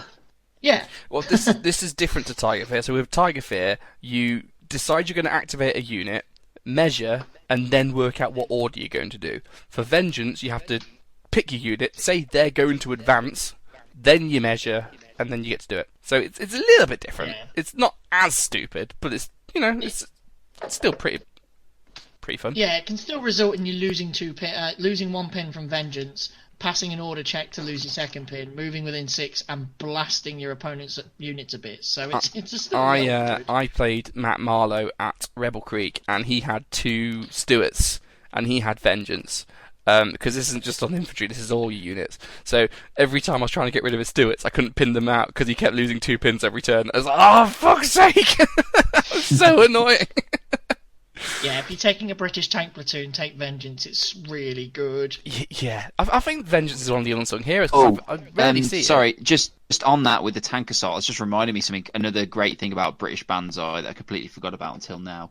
People don't realise that it works against tanks, and when you've got tough fighters with anti-tank grenades and they just charge your tank, your opponent tends to go, "Oh wait, what?" And I've done that a few times with commandos and just completely destroyed tanks. Tough Fighters doesn't work I won the against tank Panzer grenades. Award. No, but being able to just charge. No, straight away. sorry. the up and atom. Sure. Yeah. So that's how I got the Panzer Award at your event. Not through actually blowing tanks up with shots from charging them. Yeah, that's fair. I approve of this message. But yeah, do you see much Vengeance down under? Yeah, you do see it occasionally. I'd say, I mean, I haven't faced too many British recently, but rapid fire seems to be the most common. Then you see a bit of Vengeance. Also on your specialised lists, so your LRDG and that sort of stuff will take the other rules rather than rapid fire. Yeah, fair enough. All right, shall we go on to the non-main book national rules? Because Western Desert was a thing, guys. Yeah! Yay! Just in case no one's heard of it. So, Western Desert gave a brand new set of national characteristics you can sit on. So you still get your bombardment, you still get your artillery support, just your third choice can be another one. There are lots to choose from, and frankly, we don't give a shit about a lot of them. There is an Australian one, but they've got their own books, so go fuck them. The Maori one's pretty interesting. That basically means you can, I think it's for 1 point a bloke, they can take Up and Atom, Blood Curdling Charge, and Tough as Boots all at the same time on any unit they want. So you can have Maori Gurkhas. Markers! Yay, the markers! How to lose friends and not influence people. Maori Gurkhas seem to be the boogeyman around here, because we all know about them, and we're all frankly kind of terrified of them. Maori Gurkha paratroopers. And I've never seen them. Has anyone ever... Maori Gurkha paratroopers that make it worse, because Maori Gurkhas, you just flamethrower. The Gurkha paratroopers, you go, oh, how do I kill that? Like they've also got a rule that when you go down from HE, they take quarter hits rather than half, but no one gives a shit about that for New Zealand. Oh no, it's the Maori that you care about. I mean, it's Maori Commandos. They do pretty Just cool. wait for your cinema tournament. How's it feel, Rubes? How's it feel for the New Zealanders to have better rules than you? Well, I mean, they are stuck in New Zealand, so yeah, got to give them something. So, hey, they've got Lord of the Rings, mate. You ain't got shit. It's going to cost a fortune if you want to go to Lord of the Rings. Like an absolute fortune to go to the Hobbit town. I mean, it's the same if you want to go like Harry Potter world up here. Taking the Gurkhas to Isengard. To Isengard? To Isengard. One does not simply Gurkha their way into Mordor. I mean, they do. They do it a lot. But yeah, I think if would it be fair to say if you're building an assault orientated list, you'd go Maori? Yeah, Would that be fair? You have got to pay a point to get the Maori rules on top of your combat units, but it's probably worth it. Totally worth it. Yeah, but you don't need to buy them SMGs then, do you? It's worth it. Yeah. You Although get you extra just buy one attacks. dude You SMG, don't you? can't be reacted, and you get you pass your order checks for free. So yeah. Ooh, my And then favourite. you get all the Maori rules on top of that as well. Next one, my favourite. Dan, do the voice. Which one am I doing, mate? The next one on the notes. Oh, look at it, man. South Africa. I can't believe you South expect me to Africans. do the South African accent, man. Your one cannot talent, do own it. It's the only thing I bring to this podcast. King prawns. Oh no, the fucking prawns have up at them. So, the South African rule is that if you are hit but not killed, you don't take any pins. This rule is amazing. It is brilliant. It is my favourite one, I think. Because if you're taking an all-veteran when you've list, got- just yeah, don't get all pins. vet list. Just don't get pins. Oh, It is so like when Spurley's done his paratroopers and made them all South African, and you just go, yeah, I'm not taking any pins, and even if you do pin me, I'm not going to care when I have my half check. They just won't fuck off. well, Sparley come up against them at not one step back and legitimately almost had an aneurysm about it. And ever since he was like, I'm going to do that too. That's how you win. I love South Africans. I think, you know how people take Up and Atom because I'm like, oh, it's the obvious one, at least this end. Why wouldn't it be South African? If you're taking a veteran list and you're not kind of bothered, wouldn't it be South African? It just means your force is basically unstoppable. I know it's the next one. It's not South African because it's the next one. Yeah, I want to say more about South Africa because I like it so much, but there's nothing to say. It's just great. The one problem is it's if you are shot at and don't get killed, they ignore the pin. If the pin would go on them because of like special rules, then they do take the pin. So they can't avoid preparatory bombardment pins. They can't avoid forward artillery observer pins, and they're still pinned if they're inside a vehicle and the vehicle's shot. So that's sad. But you know, if you shoot one, That's a bit sad. if you shoot one in the face with an AT gun and roll a 1, the dickhead doesn't care. That's pretty fun. Come on then, Indians. I'm rocking. Say about this rule is fuck's sake. Is this as much of a problem with you guys as it is up here? Where the FAQ. No. You guys It's are all not a more problem. sensible than we are. Oh. See, there's nothing inherently wrong with this rule. It's just that they don't clarify that you shouldn't be able to use it with the original British rules. Yeah, precisely. And that's where it becomes bullshit. So the problem with Indians is the national characteristic allows you to have a free 10-man regular squad, which sounds alright, sure. Remember, that is in addition to your RT Observer, and that is in addition to the Factory Combat Bombardment. And oh wait, that's not the only Indian rule. They also let you re-roll morale checks like the Soviets do. And if you go back to Soviet review, you'll know how good that is. So Indians effectively get 200 points for free and 4 national rules, which is like double every other army. It's just not fair, man. It's very much over the top, and it's a really easy fix. It's just not fair. It's really, we just need an FAQ. What's really interesting is the amount of armies that I've seen that are very, very pale Indians, almost white, I'd say. Even those Canadian Indians. There is no... Toasters don't fall into this because they are brown from all the maple syrup they've been swimming in. There is no rule saying that you must paint your armies a certain colour to use a certain national characteristic. I'll grant you, it's cheesy as bullshit, but there's no rule saying you can't. Yeah, getting 200 points of stuff for free is brilliant, and getting a free 10-man squad is brilliant. It just gives you more points to spend on the things that matter, like flamethrowers and multi-launchers. You take it because it makes you feel like you're playing your Soviets again. Well, the way I take it in my armoured platoons, because then you can spend all your points on tanks rather than infantry. Yeah. It's just really good. Well, that's where it really shines, is because in an armoured platoon you can only take 3 infantry squads, but this rule allows you to take 4. And then you don't actually have to spend much on your infantry, and then you get this 10-man unit for free. So it's the best of every scenario. If you're playing a 1,000-point game, you've got 1,200 points. Yeah, it's just stupid. And the lower your points value go, the better it gets. So if you're playing 500 points and you haven't outrolled it, you're turning up with 700. Yeah. It's just insane. Which is why when we went to the, you can't see this, listener, but I'm doing massive air quotes here. When we went to the GT recently, almost every British player was Indian, and they were almost all armoured as well. And they all had naval observers. It was naval Indians. Naval Indian Stuart spam. Yeah, but just why? I mean, what navy did India have? I mean, that's the thing. The boogeyman is the Maori Gurkha paratroopers, which is fine, but then Indian paratroopers knocking on the door. Well, at least, to be fair, if they're going for Indian Gurkha paratroopers, it would make more sense to me, because that actually happened. The Indians and Gurkhas worked together. Yeah, it's really silly, but it's there and it's an option. So if you're trying to build a British list to go and kick shit at tournaments, well, there it is. Go for it. You'd be silly not to. Yeah.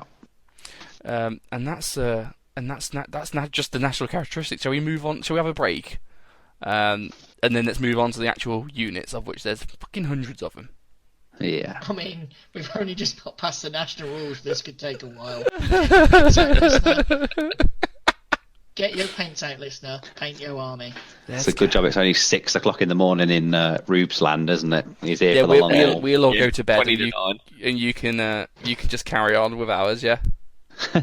Yeah, I've got this. Nah, we want a podcast that people will listen to. Oh. They will. Tristan's not around. Oh, yeah, that's true. It's because I do recall a list recently of the 30 top wargaming podcasts that you should listen to, and I do believe there was a Bacon Burgers entry there. Yeah, at but that was an Australian-based list, and you only have 30 podcasts. So there's only 29 in there, but the Bacon Burgers were included for pity. Snafu managed to get on that list as well. Well, fuck us then, eh? Yeah. Yeah, but they're American, aren't they? I think. You know what happens when you play in the lower leagues? You look good. Big fish, little pond. Yeah. Right. Americans, another British colony that backfired.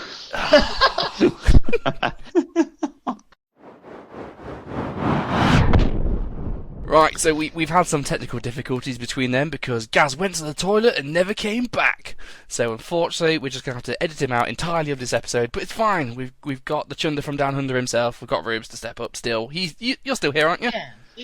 I'm still here. That is beautiful. See, I saw Rubes disappear off to the toilet after Gaz. I'm pretty sure he's assassinated him. He got on a plane. He flew here. He killed him. He went back to his desk. Sheffy's next because I really want that 4th host spot. I mean, your interview's going Coming really for well, you, mate. Sheffy. Keep going. You're doing well. So HQ units. Is there much really to say? They're just the same as everyone else's, really. They can take lieutenants, they can take captains, they can take majors, they can take lieutenants in experience.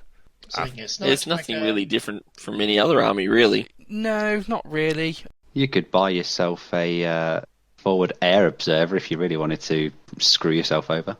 I mean, I have seen people who get the free RT observer and then buy like 2 extra ones and bring 3 RT observers to a game. But those games tend to go really weird because either you win, you just pin everything, or you lose all your observers and then you've wasted 200 points and then you just lose the game. So I wouldn't recommend that, really. Shall we go straight onto squads? Yeah. Yeah. Come on then, let's start with the best one. Gurkhas. Oh, I thought you were going to talk about Home Guard being the best. Yeah. They're a sweet second. Go on, Pete, you love fighting Gurkhas. I hate fighting Gurkhas. You know why? Because they're always veteran, they're always tough fighters, and they got this silly rule called Scary Blighters, which means I've got to half my attacks when hitting them. That's bullshit. They are like, you know, when every time like the British, a new player starts bolt action, they pick up the British book. Why do they always land on Gurkhas every damn time? It's like, oh, they're a bit good, aren't they? Doesn't it? It does Reddit, and what's worse is the paratrooper ones. These ones in the British book you can just flamethrower. The paratrooper ones are stubborn, so you can't just flamethrower. Which books is that? Empire in Flames, where you can pay a point to give them more stubborn? No, the paratroopers come with stubborn, but they're a point extra apiece. Oh, okay, sure, cool. And then as we've said, you can go Maori and give them like all of the combat rules. They can essentially have what is 5 combat rules. 3 from the Maori, 1 from Tough Fighters, and 1 from Scary Blighters. Jesus, that is horrendous. I think they're hands down the best. Am I right to say that? Best combat unit in the game? Yeah, easy. Even my Lancers go, ugh. No, your Lancers go, oh wait, we attack like normal people. Yeah, but... Yeah. But they can charge me and I can't Overwatch. Well, yeah. Also, you like they can still go down in cover and then just go, come and dig us out, because they still have rifles. Like, they have all that combat stuff on top of just being veteran infantry.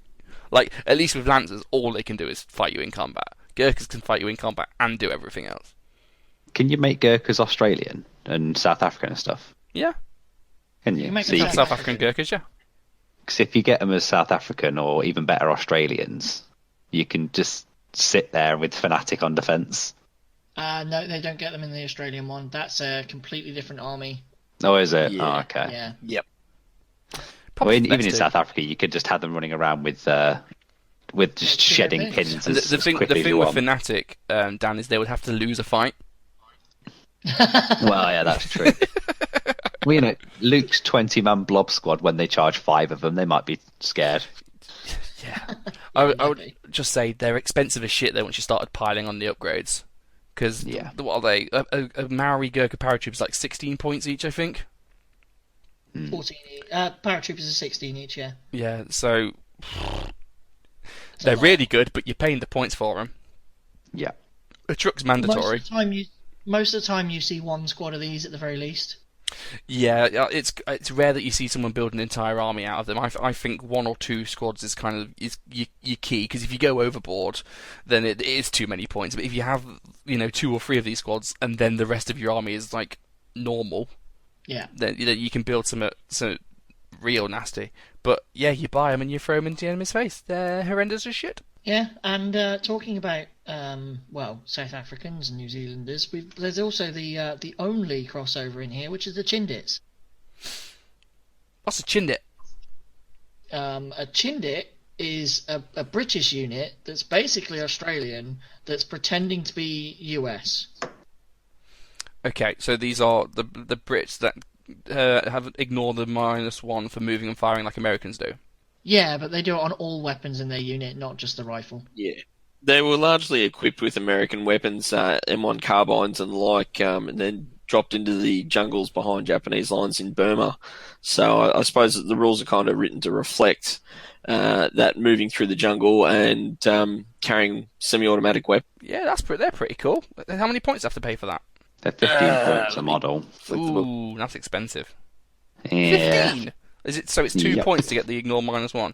And you can ignore the -1 and outflank as well for your order I test. don't give a shit about that. So that they basically are British with the 2 American rules that you actually want. Yeah. So you can combine the American rules with the Indian rules with Yeah. the main book. Fuck me, this is so many characteristics. Yep. We got rules. We got rules. You know when we say we love bolt action because everyone's basically the same, and with British, yeah, you're basically the same. Basically, Well, and then you get all of this shit. I can just see that meme, of the used car salesman slapping the top of the car. It's like the used car salesman slapping the top of the British list. Yeah, you can fit so many special rules in this one. Make that It's and like put it on the meme clowns page, getting out of please. the car, isn't it? Yeah. I think this is probably the only unit where if you spammed it en masse, it would make sense to take the rapid fire rule. Yes, definitely. Because having so many shots and not suffering minuses to hit when you're moving is actually quite good. And it makes them really quite a good aggressive attacking force just with rifles alone. Yeah, if you ever wanted a unit of what you're going to do to advance on the enemy, this unit's a key one, really. At least if you're going to advance without a vehicle, if you're buying them a truck, you're kind of wasting what they're good at. These are for the boots are for walking, not for sitting. Yeah. But yeah, I've not seen many of them. I don't think they're particularly common over this side of the pond. I've played against them once, and that was when we were in Poland for the WTC. Oh, yeah. Welsh team. They came on the flank. They killed water team. Well done. You're expensive for doing that, but whatever. Yeah, I think I've only ever seen them once, I think, at a tournament, that's it. They're quite a niche, aren't they? Yeah. I think in small units like six men strong, they could be useful, but anything bigger than that, you're wasting time. Well, their main problem is that they're on the same page of the army book as the Commando and Gurkha sections, so... You've already came before you reach that bottom end of the page. Yeah. It's like if you've got an inexperienced multi-launcher on the same page as your light howitzer. Well, Yeah, that's true. If you're taking them, you're really playing to the theme, I guess, aren't you? Yeah. Yeah. It's a good theme though. We just don't see much of it this end. I mean, if you're going for the theme half the time, you actually just take Armies of Australia because that's your theme. Yeah. I don't know. I'm sure Topher could get some white-coloured Canadian Indian chindits. Yeah, sure. Why Is that not? what I said? Yeah, sure. I'll sort that out. Yeah. I'll tell you what. You do see a fucking awful lot about though, and Dan's about to get triggered. Dan, don't you just love paratroopers? Yeah, no. Paras are really good, and with the new FAQ that just got released, they just got made a hell of a lot better. So your paratroopers are your basic stubborn vets. They get access to a few SMGs, can have an LMG, stuff like that. Give them anti-tank grenades if you want, but no one ever does, so I don't know why you would. But since the FAQ, you can now get paratrooper engineers so that they can take a flamethrower, which having a squad with stubborn is annoying. Having them veteran is even more annoying. And then giving them a fucking flamethrower is just the icing on top of the cherry on top of the icing on top of the cake. It's just ridiculous. Yay! And you see paratroopers everywhere. It's because their starter box. You can get a 1,000-point paratrooper army for like 50 quid. So if you're getting into bolt action, it's like your first port of call, which is great. But then I've got to play you every single round at a tournament. I can't take it anymore. No word of a lie. I have a formula with every army I've built and every army list I've made. I have a formula for killing paratroopers. It's not even funny. I come up against paratroopers. I do this. I do that. I do this. The paratroopers fall apart and I win. Whee, The thing with paratroopers, they just won't fuck off.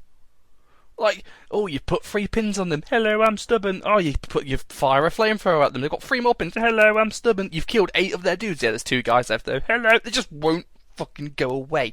And now that they're gonna have fucking flamethrowers as well, it's from the Operation Overlord theatre book, isn't it? Yeah. Oh my days! So people, here's one scary unit. People going about Gurkha paratroopers. What about the bloody 50 flamethrower paratroopers? Because normal Royal Engineers for Brits, you are limited to 1 squad per platoon. There's no such limit on paratrooper engineers. Yeah, why not? Why not both? Why not take 3 units of paratrooper engineers and 2 units of Gurkhas? Because fuck everyone. Make sure you make them Indian. Or even South African because you don't like pins. Imagine stubborn paras that can reroll their failed first check. What cunts. Yeah, but what, you don't want the stubborn paras that you can't pin in the first place if they're South African?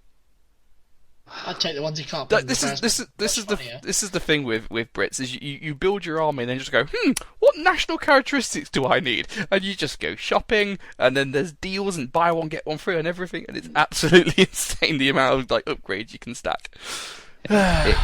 It's just it's really hard for the Brits, isn't it? Because whichever national characteristic you choose, the Gurkhas and the Paras are just by far and away the best infantry sections to take with those rules. Unless you take rapid fire for Chindits, but you never would do that. Up and at them is just amazing. Blood curdling charge on them is amazing. Tough as boots is amazing. Vengeance is quite useful on them as well, especially if you make them like South African with Vengeance. It's just horrible. And you can't be South African in Vengeance, luckily. Yeah, it's the one you can't.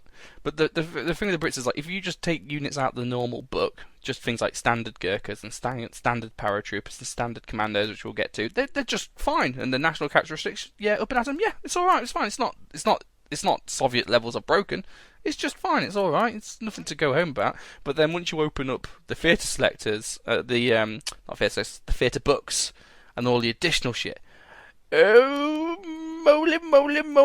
Doesn't it all just come crashing in? And that's where Brits really start fucking turning up to 11. Once you start piling on the special rules and all the additional options, that's when they get really...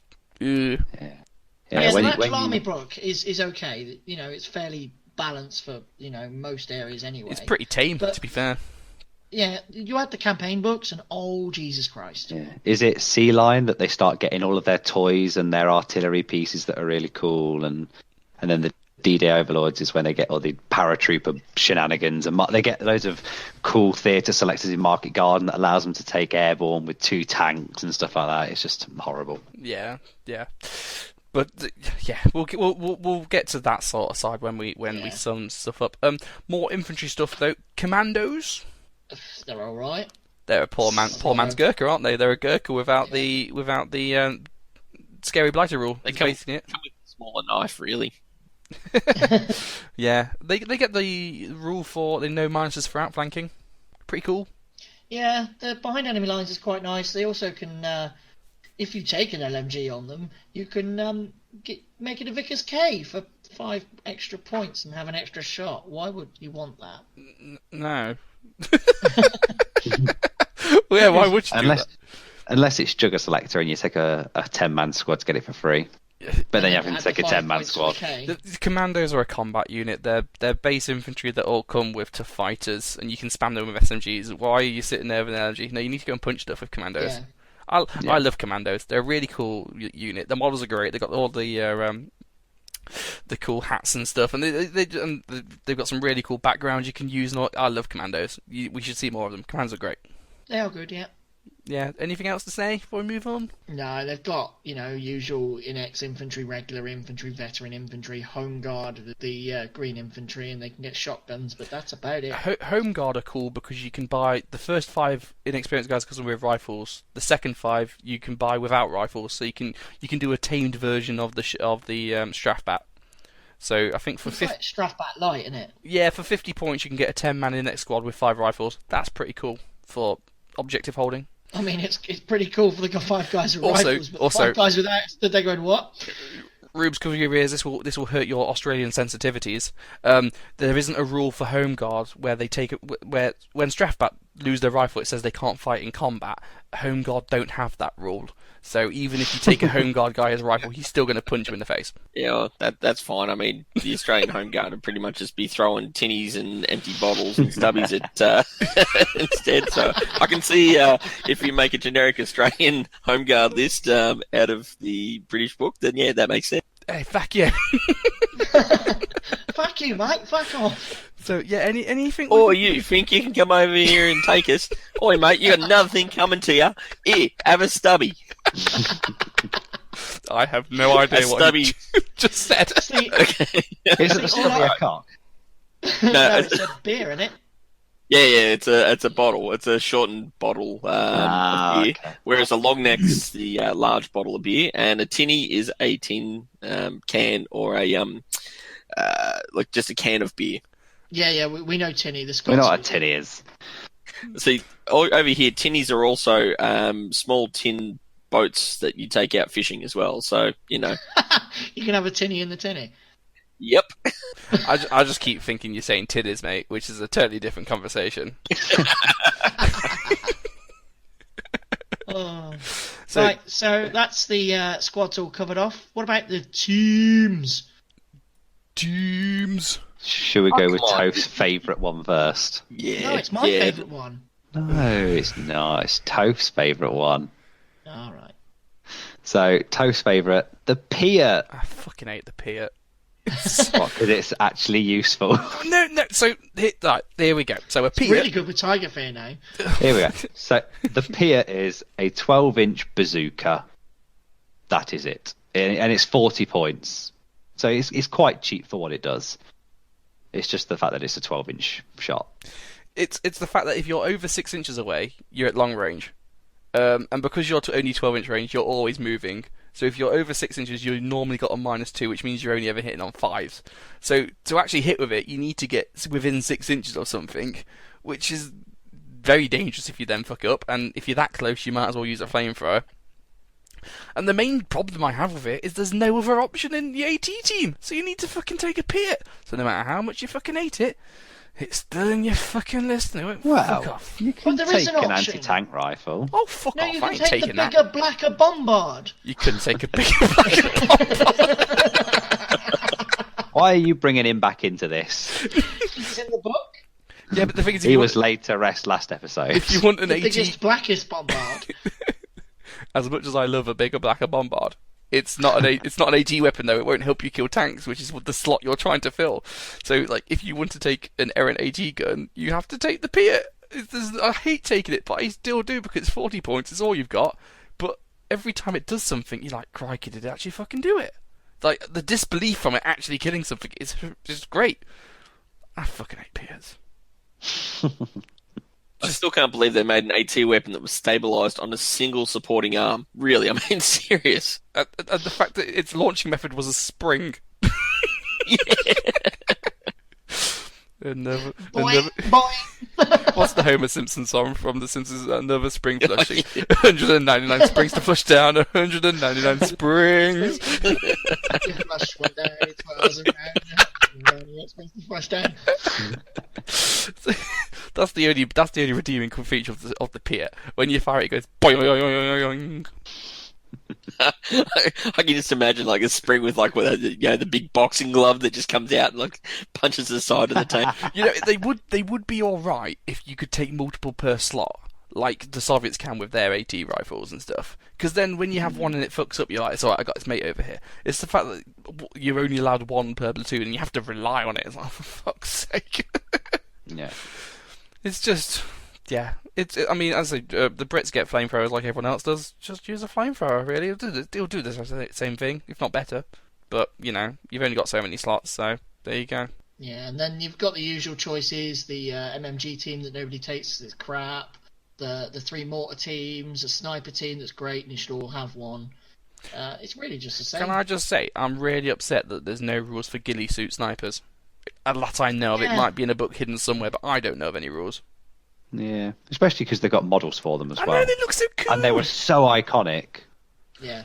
Is there any rules for them in the Sea Lion book? I mean, that's when they were released. They might be, but I don't know the book well enough to be honest. Could be. Someone will message me and tell me I'm wrong. So go find rules for the ghillie suit and tell me all about it. Because I love them all. I'll grab the book off my shelf. What happened, Rubes, is... Well, at least what happened is Sea Lion was released and the whole of the UK play area went, yeah, nobody cares, and carried on. Yeah, basically. Yeah. Yeah. Well, no, because all those German players every so often bring the entire Brandenburger list. And Well, that's because they just want to play Brandenburgers. And everyone has a very confusing afternoon and then just goes back to normal. Yeah. But yeah, there's nothing really to say about teams, is there? As you get the Piat and the bigger blacker bombard, and everything else is just standard. There's nothing else we're skipping really. And there's nothing that rules wise for the Brits really helps the teams a lot. It's going to help your infantry more. Or at least, yeah. I mean, obviously you've got all the things like pin ignoring stuff. That's all great on a team as much as it is an infantry unit, but it doesn't specifically help them.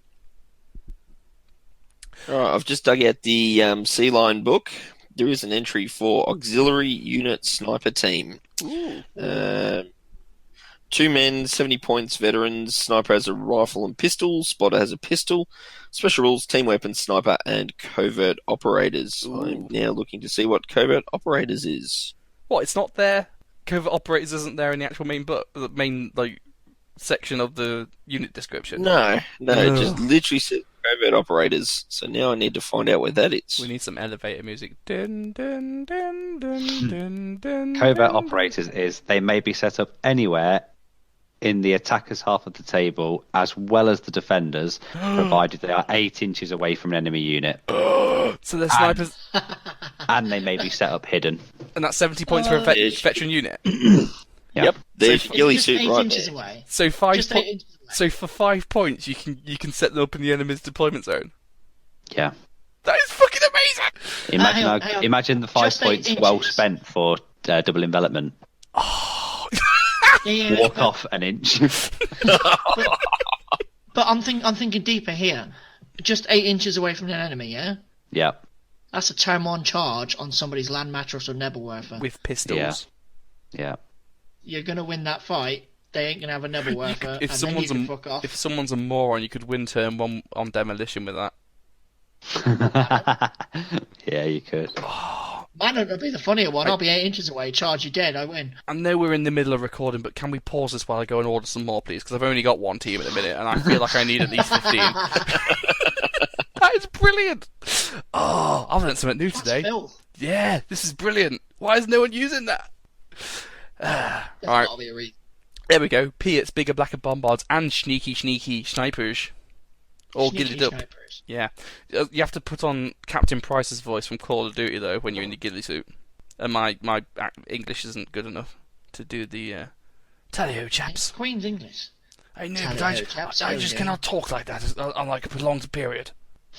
Heads down, What tango's you ahead. do is pretend there's a rod up your ass, and then what happens is you go into this really odd accent. I've got an acorn up my arse, is that alright? Yes. Shouldn't be able to reach that far around, to be honest, mate. It's barely scratching the surface. Front or back. Right.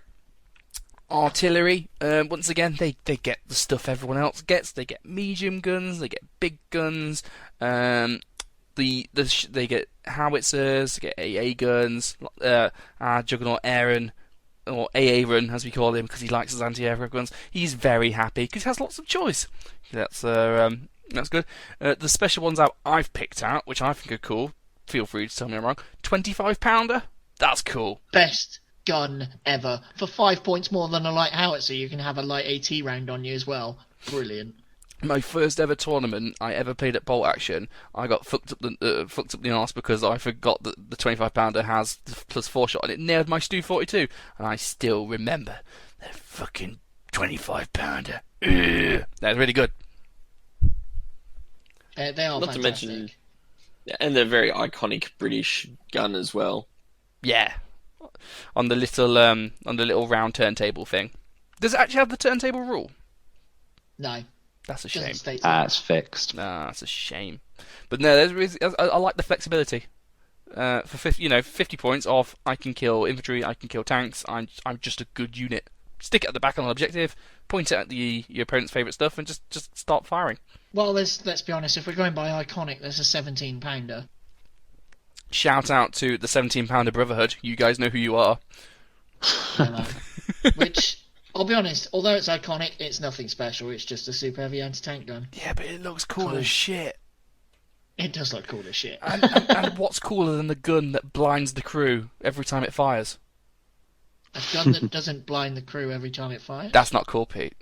I know cool guns that will blind the crew because it's that flashy. That's some good shit. I mean, you'd never take one unless you're part of the 17-pounder Brotherhood. But they're cool. And shout out to every paratrooper list that has taken one and then forgot to bring a tow. that is the best thing. I've got a heavy gun. Did you bring a tow? No. I've been to at least 3 tournaments now where people have brought 17-pounders and forgot to bring their tow. I've been to the GT this year, or at least whatever the GT was. The year just gone. The guy had a heavy howitzer. I went to move it on the board, and I went, "Where's your tow?" He was like, "What?" I was like, "Yeah." Bring your tow and have a good time. Can we give a shout out to the sort of improvised howitzer mortar / thing from the Sea Lion book, which is called the Winnie or Pooh? The what? It was built by a guy called where is he?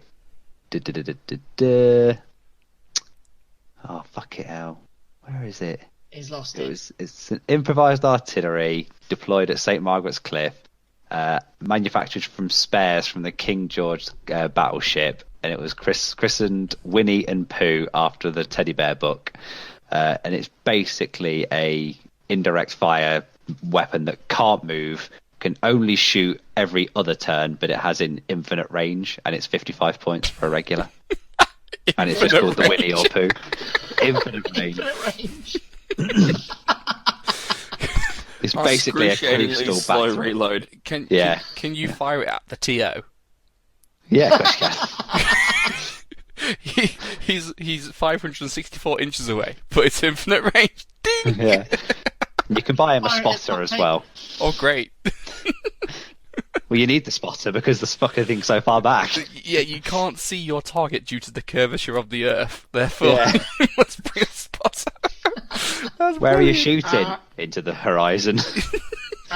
But the Earth is flat. Mer. Fuck you, Pete. Shut up. If we turn into excruciatingly slow reload on it. It's fire every other turn. You know, like I think there's one of the Russian ones. Yeah, it's like the heavy Katyusha. Yeah, that's the one. Yeah, exactly the same as that. So I mean, it's pretty shit, but you know. Can you move it and then move it and then advance and then move it and then advance and then move it? No, it's static. It can't move. Oh, okay. Yeah, fair enough. Okay. The only other artillery I wanted to mention was the land mattress, which is from the Battleground Europe book, which is the British multi-launcher, and it's free crew, and it's a multi-launcher, and that's all you need to know. So if you like your Nebelwerfers, if you like your rocket batteries, the British get one too, and it's a land mattress. So you can mattress all the land. You see that land there that doesn't have enough mattresses on it? Go and put them on. Does anyone know why it's called a land mattress? You send the enemy to sleep as you fire it. I think it's because it blankets an area, I think. That would make sense. Yeah. Come on, Rubes, you're like the encyclopedia today. Step up. It's the only reason we got you on the show. I would say it probably also looked like a mattress the way it was built. Mate, what sort of beds do you have down there? Upside down ones. We've gone over. Well, I figured it must be like the Piat, and it's all spring loaded, so it's like a land mattress because it's just a big wall of springs firing out missiles. Did you know it was a Canadian invention as well? As is tradition. As is tradition.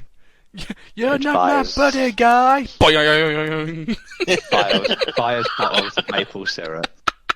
That's amazing. So yeah, artillery, go 25-pounder, go land mattress, otherwise go for your normal medium howitzers. Can't go wrong, really. Shall we go to the fun bit? Yeah. Let's start the vehicles. Armoured cars. And I've just realised in my notes I put AMC Mark II when I meant to put AEC Mark II. It's fine. We'll edit this bit out 9/11. You fucked up. I'm far too lazy to do that. So, vehicle? You've got a problem here, Toph. The SAS Jeep's in the armoured car slot. Didn't we decide this was the best tank? Legitimately, I don't even know anymore. What slot does it come in? Is it legitimately an armoured car? I think in the book it's a legitimate armoured car, but for that one selector that Luke mentioned, it was a tank. Okay, sure. I mean, the SAS Jeep, what is it? It's a 6+ soft skin with a billion machine guns. Up to 4 machine guns into it? Yeah. A forward-facing HMG, a forward-facing LMG, 2 rear-facing LMGs, all for 60 points, all when it's recce. Because why not, eh? That's insane.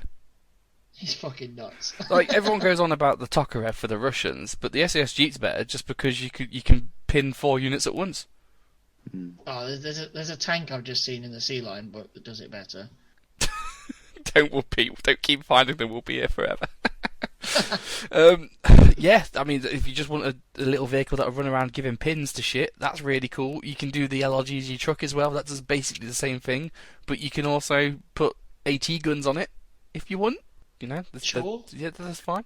If you want something a bit heavier, going back to the AEC, it's basically a what would you call it? It's basically the Puma. It's basically a Puma for the Brits. It's 8+, and it comes with a light tank and an MMG.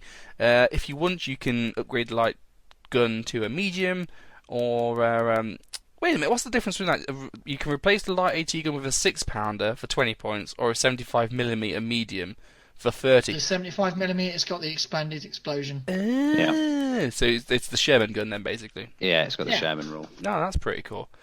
Personally, though, I'd probably take the Staghound, only because it's for 10 points more, standard, only because it has the Hull MMG as well as the Coax. The problem with the AEC is it gets very expensive very quickly, and it's only got the one gun, so it's not got a Hull MMG. Yeah, I'd Staghound every single way. Staghound does have a real large signature, though, being almost the size of a Sherman, so it's not going to be as easily hidden as some of your smaller.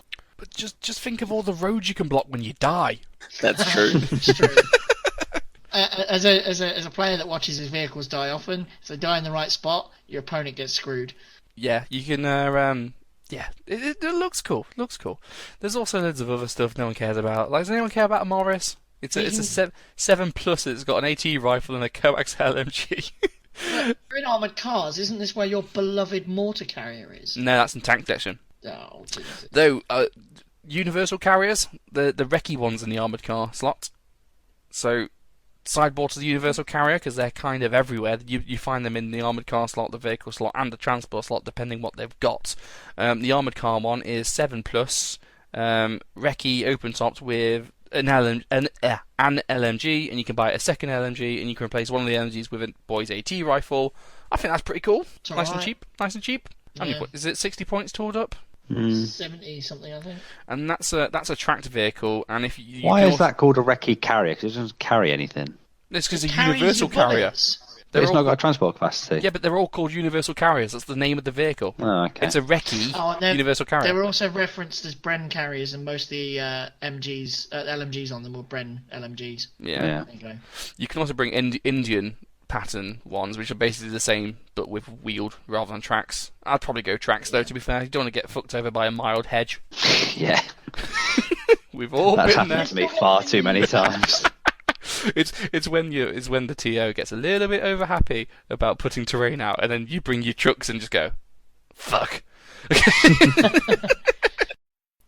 So while we're looking at the Bren, for the exact same points, you can take one as a transport rather than an armoured car, and the only difference is it doesn't have recce, but you can carry 5 blokes in it. These are probably one of the best carriers there are in the game.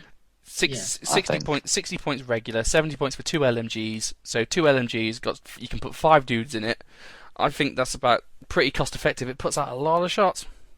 Yeah, and when those five 5 transport slots are taken up by Gurkhas or paratroopers, it's just horrendous. You just don't want to get anywhere near it, and then you can't stop it getting near you because it's an armoured carrier, and it's just, when it finally gets there, it just unloads hell on you. I've never seen anyone take a full, like, army of them, though. I've seen the odd one where they put 5 commandos in it and outflank, but I've never seen someone bring, like, 7 of them.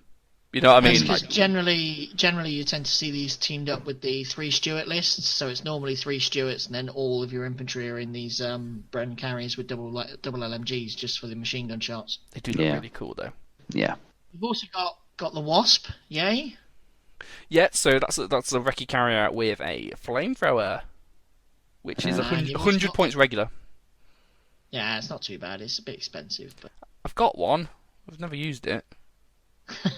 Well, because every time I want to put it on my list, it's too expensive. Yeah, because you tend to pick the next one, which is the mortar carrier. Yes! The mortar carrier! Do we need... I mean, I've gone on about this so much. Do we need to go onto it again? No, it's basically a mobile medium mortar that just doesn't care about being inexperienced, so continue with life. And do you get any of those mortar carriers down under? Not that I've seen. Oh my god, get your shit together! Yeah.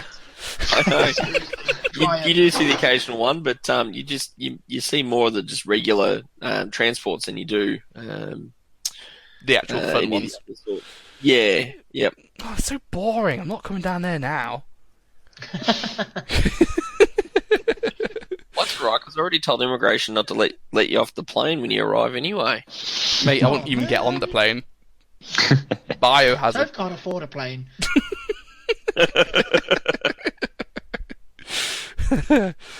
Right, so yeah, that's the universal carriers, and the Wasp and the mortar carrier are tanks in the tank slot, so that kind of segues on to vehicles. Into the tanks.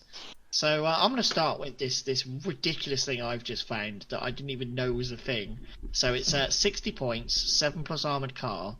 It's got 2 MMGs on the front, one on the side, one on the left side, one on the right side, one on the rear. It's slow, and all morale rules must be taken with a +1 modifier to the roll. The fuck is that? Where's that? It's a medium Mark C Hornet from Sea Lion. Oh god, that book is full of just someone was random shit. Someone was taking some seriously good shit writing that book. Let's talk about the normal shit, like, you know, Shermans and Cromwells. They're the exact same rules. There you go. A Sherman is a Cromwell is a Sherman. They're 9+ tanks with a medium gun, coax, hull, and the gun's got a bigger boom. It's exactly the same as what we said in the America book, except you can't get it gyro stabilized. Yeah, it's a Sherman, which is a Sherman. The only ones you really, in the Brits I'm aware of is the Fireflies, and they're just heavier guns. Yeah, so the Firefly's just a Sherman, but it takes out the hull gun, takes out the main big gun, and adds in a 17 fucking pounder, which is meta as shit. It's a shame it's 300 fucking points though. I mean, if you hit with it, you're gonna kill what you hit. Yeah, and it looks so cool until you roll a 1 or 2, and then you wasted your 300 points. Or your opponent goes down and you think, why? And you flip the table and you go home, you look in the mirror and you just think, why the fuck did I glue the longer barrel on this shitty model? That's why you need to paint it just like they actually did to disguise them, because the Germans actually feared the Firefly. So a lot of the crews would paint camouflage on the last section of their barrel so it looked like a regular Sherman, so the Germans didn't pick them off first. That way you could say, no, she's just a regular Sherman. It's just... because it's camouflaged that barrel. No, it's just a little extra on. I did paint my Sherman, my Firefly that way. Oh no, this is just normal Sherman. What are you talking about? It's not. Bang! Maybe we need to add Firefly fear to the rules. Yeah. And let people pre-measure against Fireflies. No. No, I mean, you never see them, so that's fine. You see them when I'm playing like 2,000 points at club and fucking about. Yeah. I might try one in a tournament this year, but no promises. Pete, let me save you like at least a day of your life. You lost. This is where I win, and you go, "What the fuck happened there?" And I go, "Oh." Well, stranger shit has happened, but the Fireflies look cool. But if you wanted solid 80 for the same points, you could bring 6 25-pounders. Yeah. So, And much on Yeah. the same vein, there's the Cromwells and the bits and bobs like that are essentially just Shermans, just with a different look to them. The rules are almost identical. yeah. In terms of heavy tanks, they've got the Comet, which is basically a British Panther. You won't take the Panther, you won't take this. Keep going. Yep. True. It's like 350 points or something stupid. It's so expensive. But talking about expensive and stupid, do you want to spend 295 points on an archer? Is it 295 points? Yeah. Fucking hell. And it's open topped. Oh my god, why would you waste your time? What? Go on, tell the guys what archer is. Do you want to know the worst thing about it? Go on. Is its gun is rear facing, Yep. so you've got to expose your arse to the Yeah. enemy every time you shoot. Does it Rear not- facing 17-pounder, so it's a rear facing super anti-tank gun, and one crewman with an LMG with 360. You can shoot one or the other, and you've got to put your rear to the enemy. Don't. Oh, So instead of being an armor 9 tank, you're basically an armor 7 because wow. you always have to be facing the other way. Why wouldn't And you- the worst thing as well is if you have to bring this thing onto the table, you've got to spend a turn moving it forward and then pivoting, and then another turn pivoting and reversing. And then you can just slowly go beep beep at the battlefield. I can't believe it's only 5 points cheaper than a Firefly. What? No, Why? the Firefly's 295. The better way to look at it is it's 60 points more than a Panzer IV or a P4. Oh, Jesus Christ. Oh, That's atrocious. it is atrocious. Who's buying these models? No one. That's the problem. Historical gamers. I bet Rube's got like 5 of them. Actually, I was just thinking that I don't actually have one. And now Rubes needs one. No, he I've doesn't. got a- You're welcome. I've just built a Humber Scout car with basically nothing on it, but I don't have an archer. Maybe the Archer's better in Australia because it's upside down, so the rear arm is actually the front armor. Yeah, actually front armor. we're just reading it in the wrong hemisphere, guys. Yeah. Exactly. Yeah. Other British stuff? The Churchill? Oh, Do you wanna go well, into yeah, that? we've got to mention the Churchill. Named after Winston, obviously. Who's that? Winston Churchill. Yeah, who's that? Some dog. He does car insurance. Oh, yeah, he does my insurance, actually, Churchill does. Yeah. It's funny how was they it named after Mad Jack? Yes. Yeah, it's named after the bloke with the bow and arrow, yeah. You mean the bloke that went to war with a claymore, a bow and arrow, and some bagpipes? And came back kicking. Sometimes, if it's so stupid, it works. I'm pretty sure he's your ancestor, Pete. I mean, probably not. That is literally Obviously out the 20th century version of peating people, which is exactly what you do. Everybody else has got a machine gun. Here's me with a claymore going, fuck yeah! Basically. But yeah, Churchill, is it like one of the biggest tanks in the game? It's certainly the most biggest of like the popular tanks. Because it's bigger than Is a it- KV. Is it bigger than the Char? It's not bigger than the big char. It's bigger than Nah. the small char. Yeah. It's over 6 inches long though, isn't it? Yeah, I know think so, the isn't crop it? definitely is if you take the trailer into account. Yeah, it's massive. So there's loads of different versions. They start off as heavy and go all the way up to super heavy. The guns start off as light guns and go up to the same guns as the Sherman's medium guns. You can also get the AVRE, which is the heavy howitzer version, but can't fire long range because it's very short. And then you have the Croc, which is 500 fucking points of super heavy tank with medium gun and vehicle flamethrower. Does that mean I keep it back and away from the scary panther the other side of the board? Yes, Pete. Make sure you spend 500 points on a vehicle that never gets close enough to use its main weapon. I'm being Right, sarcastic, guys. Throw it into people's faces. I'd say the Churchills are fun. I'd refer back to all of our old episodes when we talk about using big tanks. I think probably the most effective would be the AVRE, probably in terms of like cost to effectiveness, Yeah. really. pretty cool shit. The Churchill itself is an epitome of the big dick tank. It's just so slow. Well, the AVRE is it the Brumbar equivalent? Yeah, it's the With same heavy points as the howitzer. Brumbar, yeah. I Yeah. think it might be 10 off here or there. Yeah, but it is slow, so you'll only be going 6 a turn instead of 9. Yeah. But a heavy howitzer is always fun to point at someone once they've run out into the open like a dickhead. Like a kaboom! Yeah. I mean, why would you bother taking something like a priest? That's boring. No, take a AVRE. Or an archer. Or not.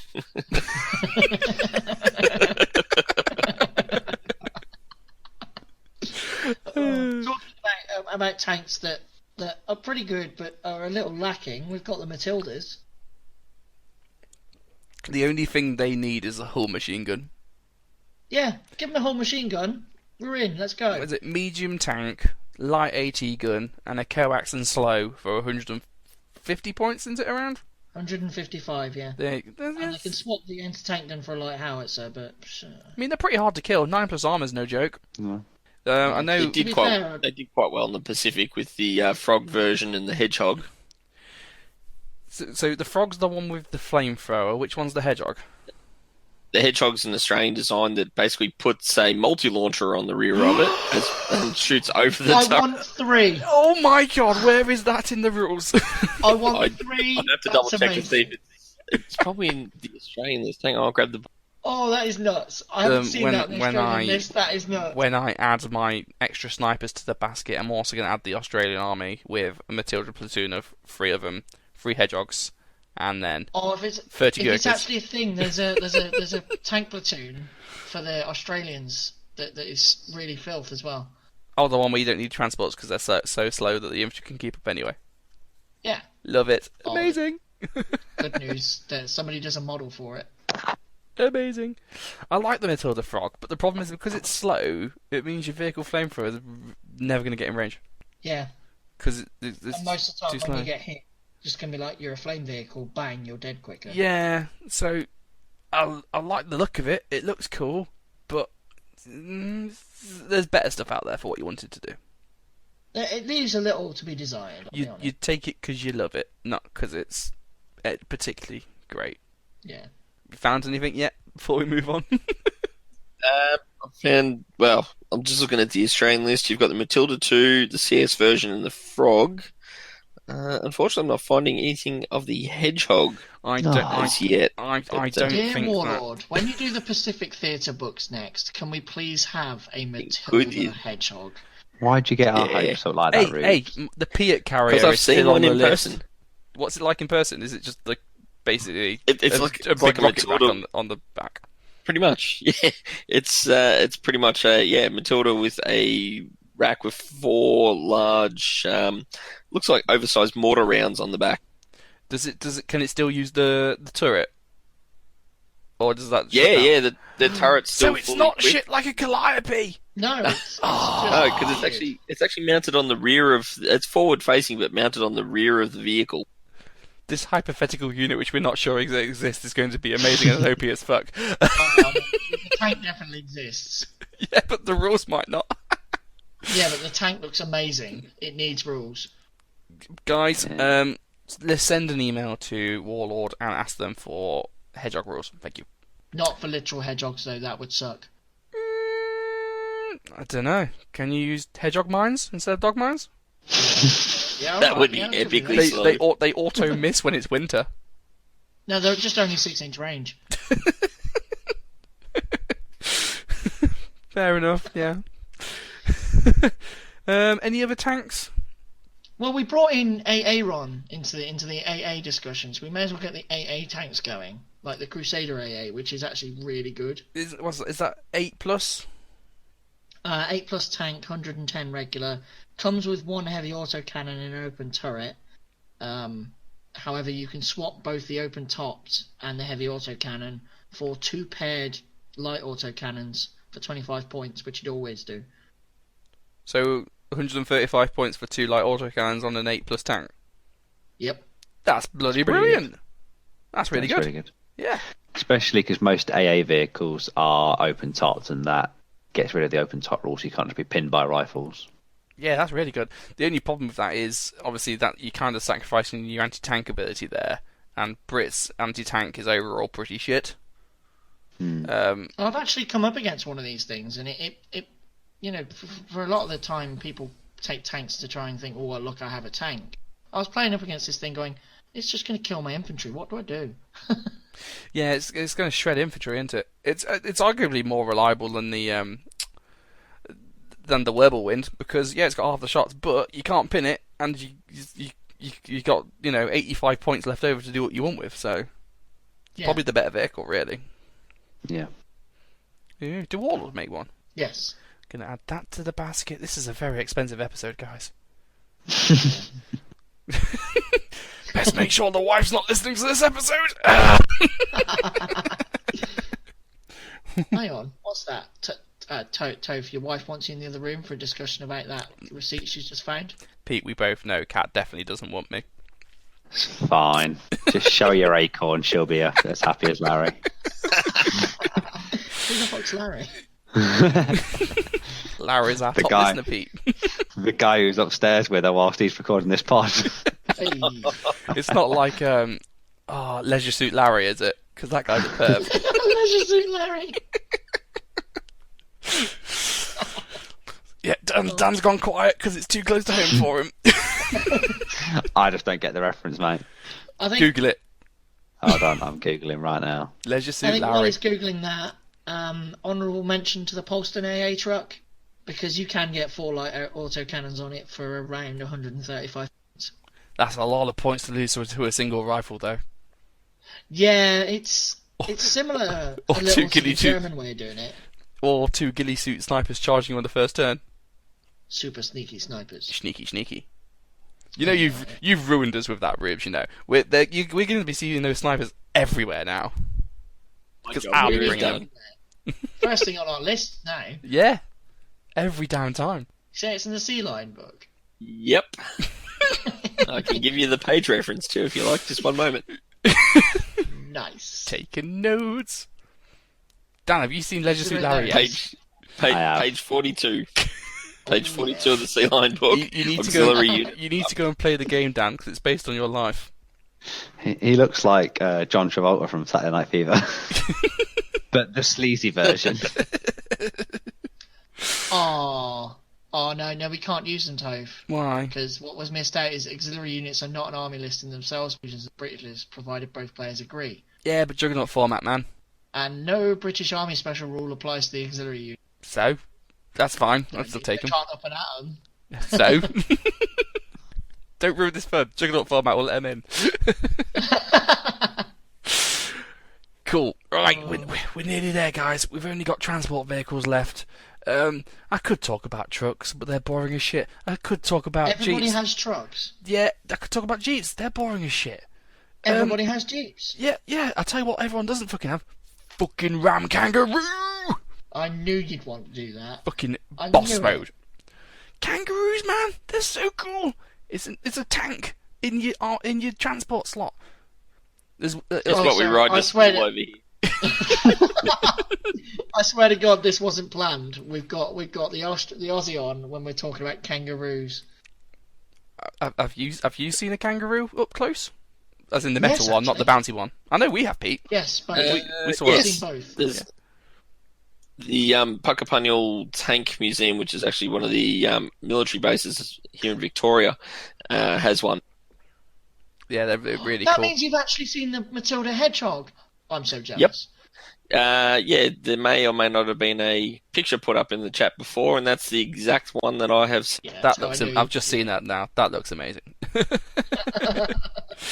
But yeah. So the Ram Kangaroo is a 9+ tank with a hull-mounted machine gun on it, and it's 11. It's got 11 man capacity, and it's about 145 points. So it's expensive as shit, but it's the most reliable way of delivering your troops somewhere alive because it's a 9+ fucking tank. And How it's about it you is put your open Gurkhas top. in there? It is open topped, yeah, but most transports are anyway, to be fair. And if someone starts shooting at you, you can just ram them out of the way because you're a tank and just drive over them. I personally prefer the if you was going to take any though, you take the Priest Kangaroo because it's exactly the same except it's only armor 8 rather than 9, and you get to save yourself like 30-40 points or something around. So, and I think the 8's a bit more reasonable than the 9.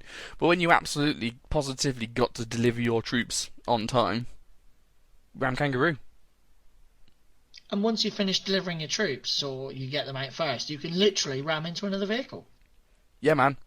Do you do much? Have you seen the ram rules for armored cars versus softskins, Rube? No, I've never seen a vehicle ram another vehicle on the tabletop. I've heard of vehicles going into buildings, but not vehicle v. So the way it works is, if you have an armored vehicle ramming a softskin, you both roll a d6 and add your armor value. But if you're a softskin, you can't add your armor value. So the Ram Kangaroo running into a truck would roll 9 plus d6, and then the truck's got to try and beat that on d6. Speed bump. So basically, you ram any softskin and you automatically destroy it because your armor's better and you always win. The end. The priest can ram as well, though, can't it? Yeah, it's 8 plus. Yeah. Yeah. That's any 8 plus vehicle can ram. So Pumas, Staghounds.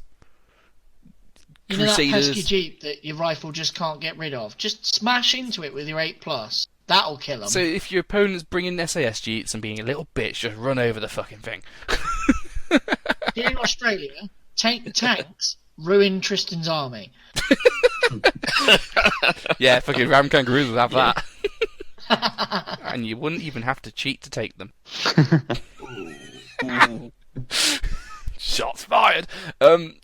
Yeah, any other transports? We've already spoken about the Universal Carrier. What about the LVT Buffalo? I think the United I was States just about to mention the Buffalo. 24 men. 24 men. Yeah. All of the eggs, all of the basket. How many points is that? 123 regular, and it's a 7+ armored carrier. Fuck me. It's amphibious though, so you don't care about that river. Oh, lovely. Great. I'll take 3. It's what I'd call the British Land of Esserslep. See, I look at that and I just think, like, if I'm taking an armored platoon and I don't want to buy 5 trucks, you just buy the Buffalo, and then that's your whole army sorted. That you got 24 slots done.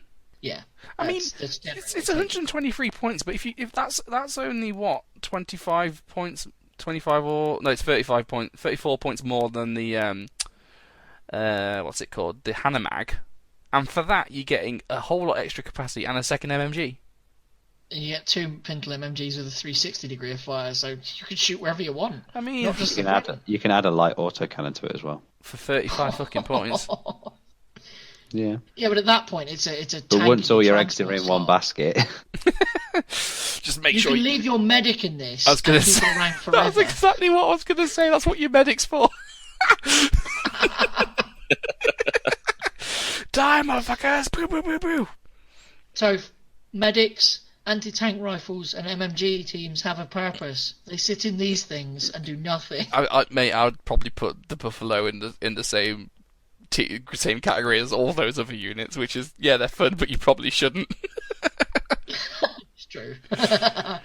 The Juggernaut Smurf was going to build an army out of this by buying 2 or 3 LVTs and just building an entire army that mounts up, and he only deploys 3 units. And then he actually tried like costing it out, both in terms of points and money, and just thought, no. I have much more of a life than that. He had a mild half an hour where he thought, yeah, I'll do that, and then it just didn't work out. Doesn't the Buffalo have the capacity to take a Jeep as well? Isn't that the American one? The American version. That might be the American one I'm thinking No, of. no. There's the one there's the Buffalo, which can carry the Universal Carrier, and then the Universal Carrier can put 5 guys on it. Yeah. And there's no rules for what happens to a vehicle when the vehicle in it, if a vehicle's being transported by another vehicle. So technically it takes D6 hits, but because it's not a plus value, none of them can actually hurt the vehicle. So your Universal Carrier would take D6 hits, and then you might as well not roll dice because nothing happens. You've not even got round to the proper problem. How do you disembark a vehicle from a vehicle? Measure. They actually got a rear ramp on them. So in real world, anyway. Yeah, real world they've got a rear ramp. It makes sense, but game terms, how? measure in advance or run order from the tiniest point on the. Yeah, this is stupid. I'm trying and I just can't. It's stupid. Giant springs. We can we can turn one of these into a giant Fiat that can shoot out. Guys, I've got the episode name Codex Boing.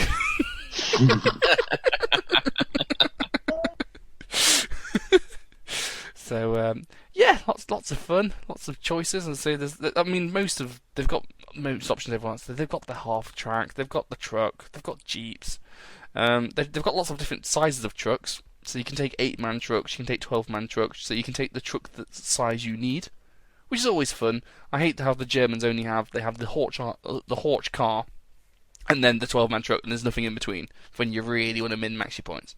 But no, they can do it. The British can do it. They're good at that. Is that it for transports?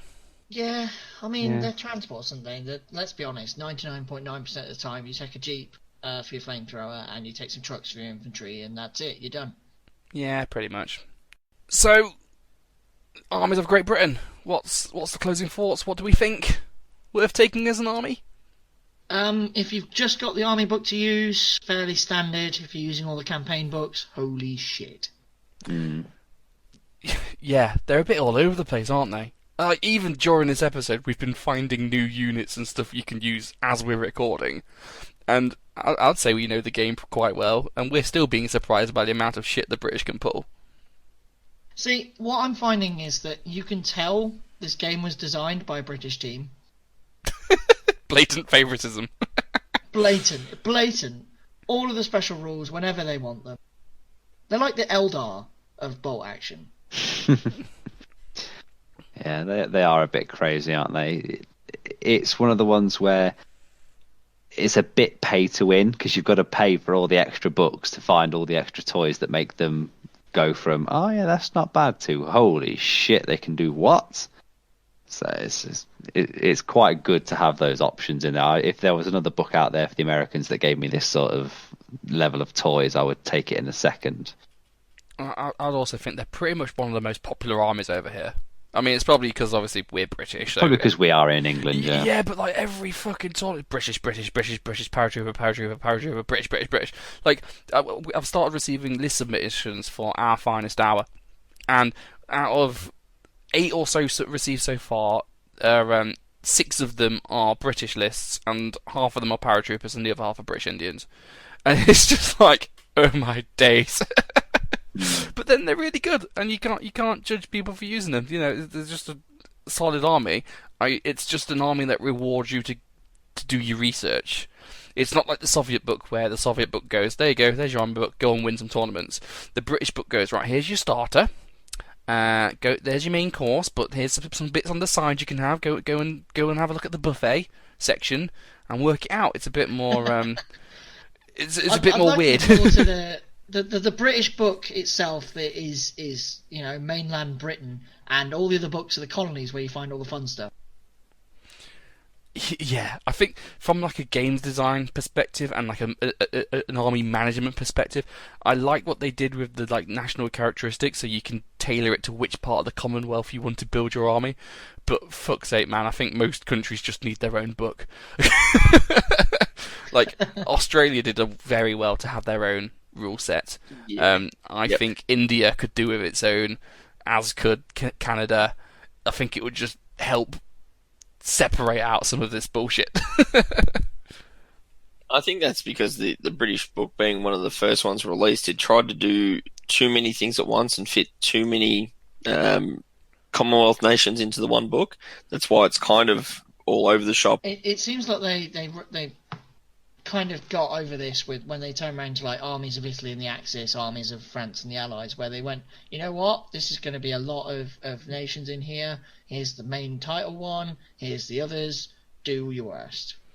I think the main thing is there's just a few bits that need FAQing. They could really do with being FAQ, like the whole national characteristics thing with Indians getting everything. It'd be a very easy fix to tone them down. But here we are, we're still here, and while Warlord refused to FAQ it, go forth and be free and prosper. Go and do what you want to do, really. Go forth and multiply. Yeah. So if you're starting Brits, I would probably, you've probably already got the paratrooper box. I'm not even going to recommend it to it. You've already bought it already. Play a few games and then just shop around, work out which way you want to go, and go and free.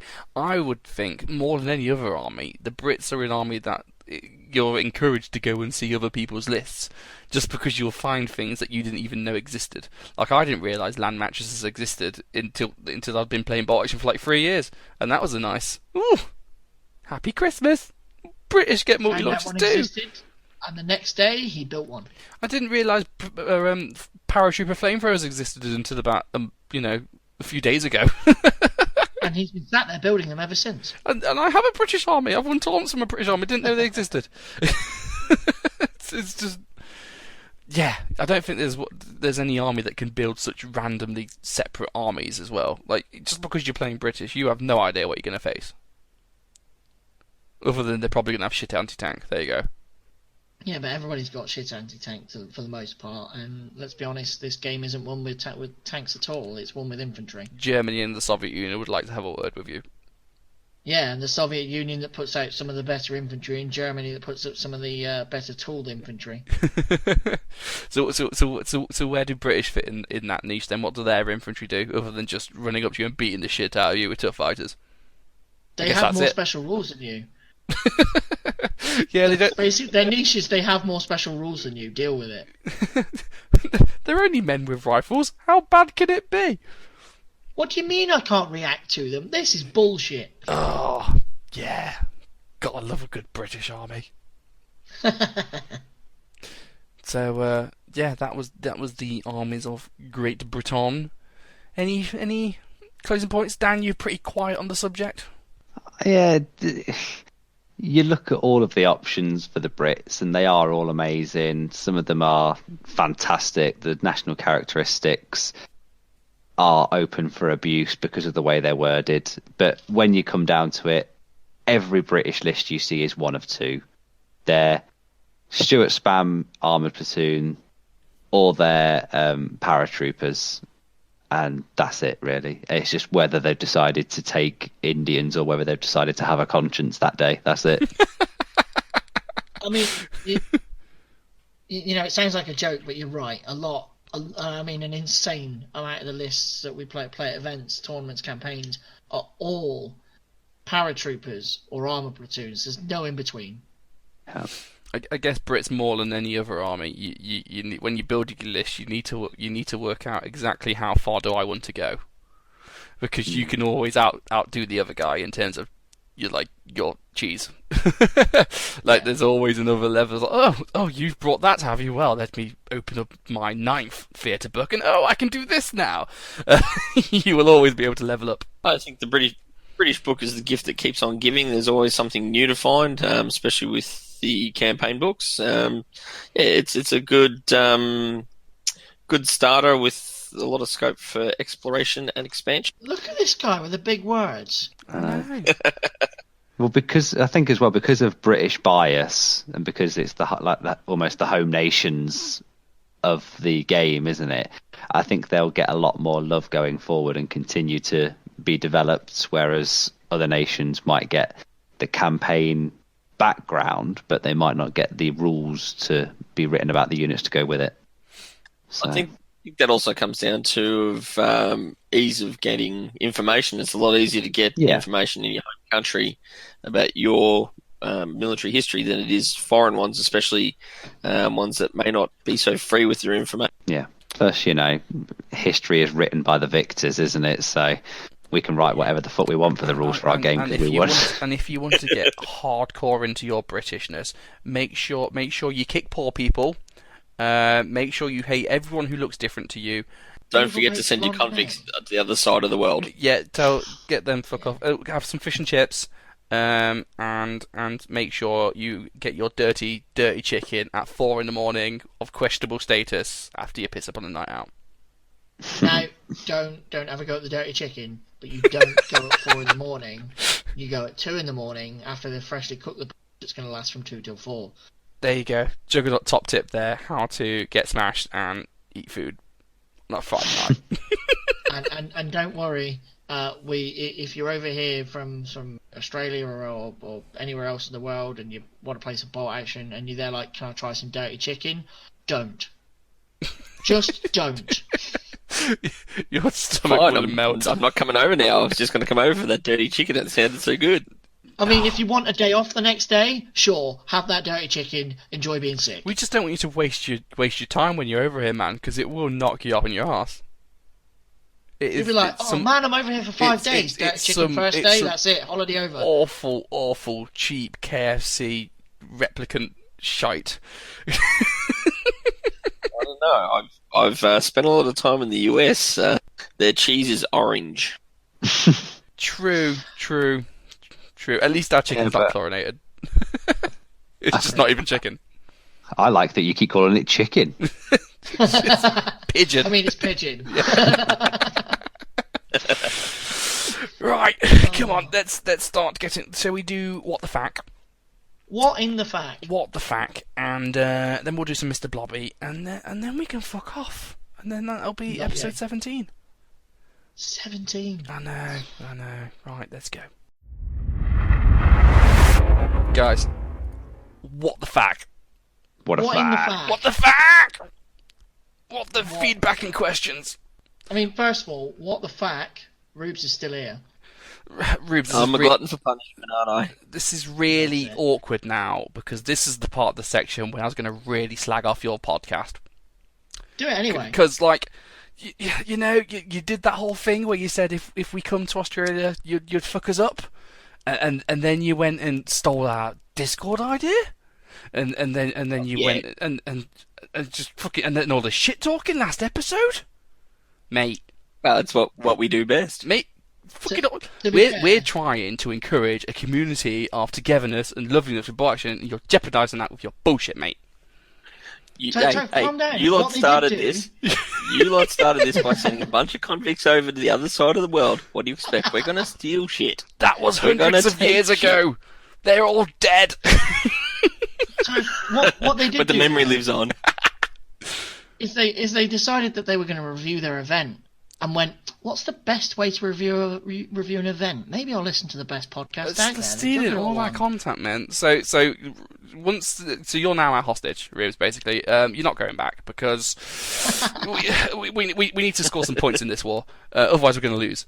And you know what I'm terrified of? I'm absolutely terrified, and it's going to happen. And I'm admitting it now. So you know how there's all of this build-up when me and Paul were going to play at Cambridge last year, and then my back went and I lost.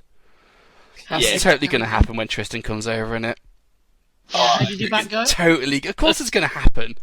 I lose at the precise points every time.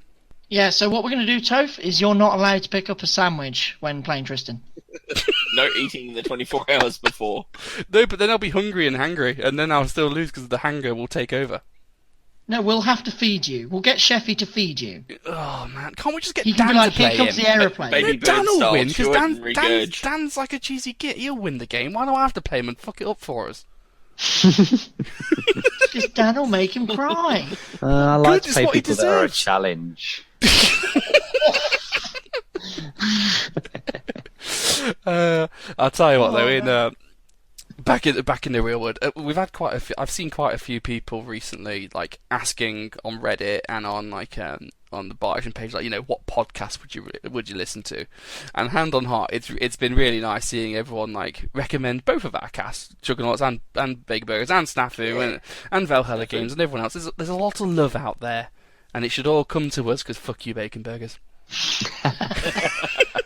It can come to you. That's fine. We'll just steal it later on for a later episode. No, the one bit is on the latest one. We're saying, oh, here's what the Bacon Burgers are like. Here's what the Juggers are like. Blah blah blah blah. And one guy was like, yeah, the Juggers are cool. They tend to do review things. They don't really give much like advice or tips. And that's bullshit, mate. I give that comment a 2 out of 5. Yeah. 2 out of 5, yeah? Yeah. Mainly because, you know, we have a whole section called Just the Tip. We're reviewing comments now, fuck you. That's true.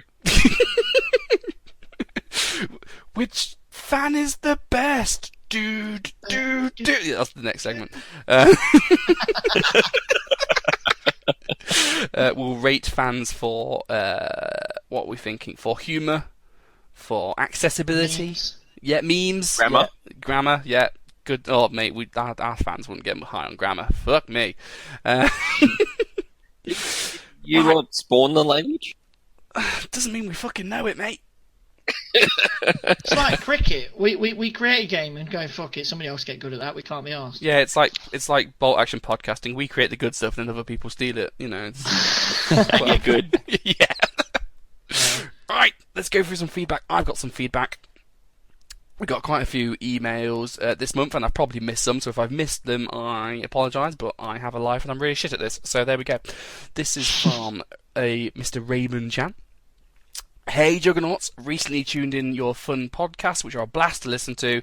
Thought I'll pass my German army list I've been working on through 2019. Now, he did send me a fucking boatload of lists, and they're all like itemized and color coded, and this shit, he's been taking this shit seriously, and frankly, I just don't have the inclination to go through it all. But basically, he's kept track of what he's been doing all year and kept it all up to date, which I think's really cool, because I just fuck about with Quartermaster on the toilet. So that's a level of dedication above me. Yeah, and I mean, you think Topher's joking? No, he's literally tracked off everything he's done all throughout the year, and it's quite nice to see actually, because we're looking at. I'm looking at least going, wow, that's pretty cool. Yeah, it making me feel guilty for not, keeping track. Because once I've left a tournament, I just completely forget about it. I'm like, well, that was a thing, and I just don't ever go back to it. Whereas this guy, Raymond's obviously gone into full detail here, so A for effort there. Anyway, so he's been playing Germans and he's been working on this through 2019. So he says, now into a new year and new tons, I aim to get better. Would very much like your thoughts on my latest list. Please see it attached along with my progress and alterations over time. I'll look at it later. I won't do it on the cast. So, first tournament context. He says, I started bolt action in January 2019, and my first tournament was in March. Getting there early, as I approve of. With only a few games under my belt, I made lists around speed, basically playing orcs and aggression, flamethrowers, and the result he came in second place. Hey, Dan, he copied your thing! Right. And then he went thrilled by the success. He entered the Scottish Nationals. That's a big one. See, that's a proper tournament, not like CanCon. Due to his inexperience. See all that shade you're throwing. Mate, I'm on the back foot. I'm like a bear backed into a corner. You're not on the back foot. You're the devil of bolt action. I'm one of Dan's type of bears, not the grizzly bear. Oh my. Oh my. Drop bear. Yeah, drop bear. So yeah, he went to Scottish Nationals. Due to his inexperience with some of the missions and rather dubious rule interpretation from opponents, he had some losses. Dubious rule interpretation. There's a story behind that. I wonder what the detail is. Still, he came. Yeah. Email us with the detail. We want to know. Yeah, we love a good bit of bitching. Anyway, still 3 wins and came 5th out of 20 plus participants. Okay, that's fine. Good lad. Fifth at Scottish Nationals is nothing to be scared of. That's a good number. And then end of the year, last tournament of the year in Scotland, had a good overall start with 2 solid wins, but then he went up against Alistair Unicorn / Omnicrom, etc. Good old Alistair Omnicrom. Unicorn. I like that you try to get it right with unicorn. It's Unicum, and he's literally typed unicorn. So I feel like we stumbled on an insult there using up there, and now I'm really torn. Do we keep calling him the unicorn, or do we call him Optimus Omnicrom? And it's Omnicrom's gay twin. But it turns out he got wrecked by Alistair's Free Stuart Free Indian list that we reviewed on the cast a few episodes ago. Oh, shock horror. Yeah. No. Mainly down to crappy dice rolls, his outflanking reserves. Assault teams just didn't come in. Kept rolling too high. He's blaming his dice, guys. Don't blame the dice. And Wortman blames his tools. Lift my flamethrower, Panzerfaust, and dices. So, in hindsight, Raymond says, I feel I lack infantry, hence the 2 Ostropen, but when I say a generic grenadier unit to make up for this, they end up being useless in the game other than holding objectives. Good insight. If you just want something to hold an objective, you might as well take the cheapest thing you can get. Also, without long-range anti-tank has dented my plans, bloody tank platoons. But assault teams, when they do come on, kill everything. Sometimes 2 units at once, so not too bad. Overall, I'm pretty happy with the list, but wondered about your thoughts on areas I can improve or consider that might help me. I have yet to try a Panzer IV. That Tiger Fear sounds good. Shit, that comment did not age well. To be fair, Raymond, mate, you're doing everything you need to do. I don't think there's much we can say because you're already keeping track of everything. You're going to tournaments, you're seeing how you're doing, and then you're taking what you learned, going back and improving. There's nothing we can tell you really, which A, you wouldn't really already know, or B, you're not really really doing. So top work, mate, and good for putting us to shame for being so organised, because I haven't done any of that. We're far too lazy to be that organised. Yeah, no, good on you. I like it. It's good. Yeah, it's nice to see. Yeah, thanks for emailing in. All right, this one comes from, now I'm probably going to murder this name. Is it Seve? Seve. Seve? Yeah, as in Seve Ballesteros. What? I don't know who that is. The famous golfer. What? Seve. Nobody Golf. wants What's golf? Yay, sports. Yeah, it's a sport. Sports ball, yay. I did it. Sorry, mate. Alright, so Seve says, "Hi guys, I love your podcast." Well, Yeah, thank our you. podcast. Just saying. Dedicated Bacon Burgers listener right there. Listen to it each day on my way to work. I'm emailing you to get your opinion on a 1250 list that I'm considering to take to my first bolt action tournament in March. Welcome to the game, my friend. It's quite a roller coaster. The event has nothing special in it, just 3 rounds of rolling dice. First list has a first lieutenant and less infantry in squads. Second list has a second lieutenant but more blokes in squads. Can't wait to hear back. Cheers, Seve. Now, I know that you've posted it up in the chat, but I can't get the first one to open, so I only have the second one that will load for me. I've got the first one if you want me to go through it. Yeah, if you can go through that one, that'd be great. Oh, you were doing so well, Rubes, and now I'm thinking that wouldn't have stumped Sheffy. Hey, it's my internet. That wallaby hasn't come along with the update, has it? No. Right. So the first list he's got, this is an Armies of the United States using the Normandy selector. So he's got a first lieutenant, just regular, on his own, no friends. Looks like a 9-man infantry squad, regular again, with a bar. And he's got that 1, 2, 3 times.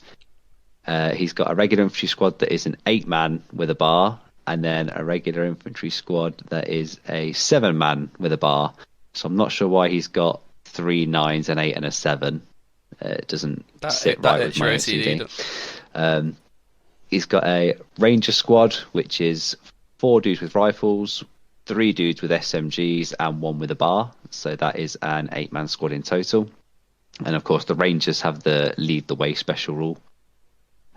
He's taken an inexperienced medium mortar with a spotter, which doesn't work because the spotter can't be used for the inexperienced mortar. It can take objectives, I suppose. Yeah, unless you're going to use it just as denial, that needs sorting out. Then he's got a regular bazooka, regular sniper. Hasn't bought SMGs for his sniper team, which is a mistake as well. Veteran flamethrower, medium howitzer with a spotter, and then a howitzer Sherman as well. Oh yeah. He's got the Dan special, the veteran. Veteran, yeah. Veteran 105 Sherman. Yeah, and he's paid for it to. I think he's paid for it to cut out the easily catches fire as well. Okay, by the look of it. Yeah. Yeah. Where's the jeeps for the flamethrower teams? Yeah, there's no jeeps for the flamethrower. There's no SMGs on your sniper team. There's no jeeps for your bazooka either, even though it's not as essential as the flamethrower. And your medium mortar's got a spotter, even though it's inexperienced. So there's a few. Those squads were really weird sizes as well. I'll just standardise them as 8-man squads. Get them all 8-man. The second list is almost identical. It's got 1, 2, 3, 4, 5 regular squads of 8. 2 of 8 and 3 of 9. It's got the range squad, the mortar, bazooka, sniper, 2 flamethrowers, artillery, and the Sherman 105. I'd probably drop at least one of those squads out and put in some transports, especially said for the flamethrowers and the bazookas to get them moving. Especially those flamethrowers, get them up close and personal, nice and quick. Yeah, he's got 6 infantry squads. That's a lot of dudes. That's a lot. Well, one thing you might want to consider is considering pretty much your whole army is regular, the Ranger squad isn't really that essential to this list. If I was you, I would get the regular infantry squads, drop them down a man or two, and make them into 6 men. So you have 6 squads of 6 or 7, and then the points that you save on the Ranger squad, make the mortar regular. Get a few jeeps for your flamethrowers and your bazookas, and then you may even have a few points left over to give, I don't know, one of your regular infantry squads, make it an SMG squad instead of a bar squad. But it's just. I think it's a really good foundation, though. To be fair, it's a very the best thing you can do for Americans is have a lot of infantry with bars, and that's what he's done because of the no moving penalty for Americans. You can just throw rifle and bar shots out like they're going out of fashion and just pin everything into submission. And this army does this really well.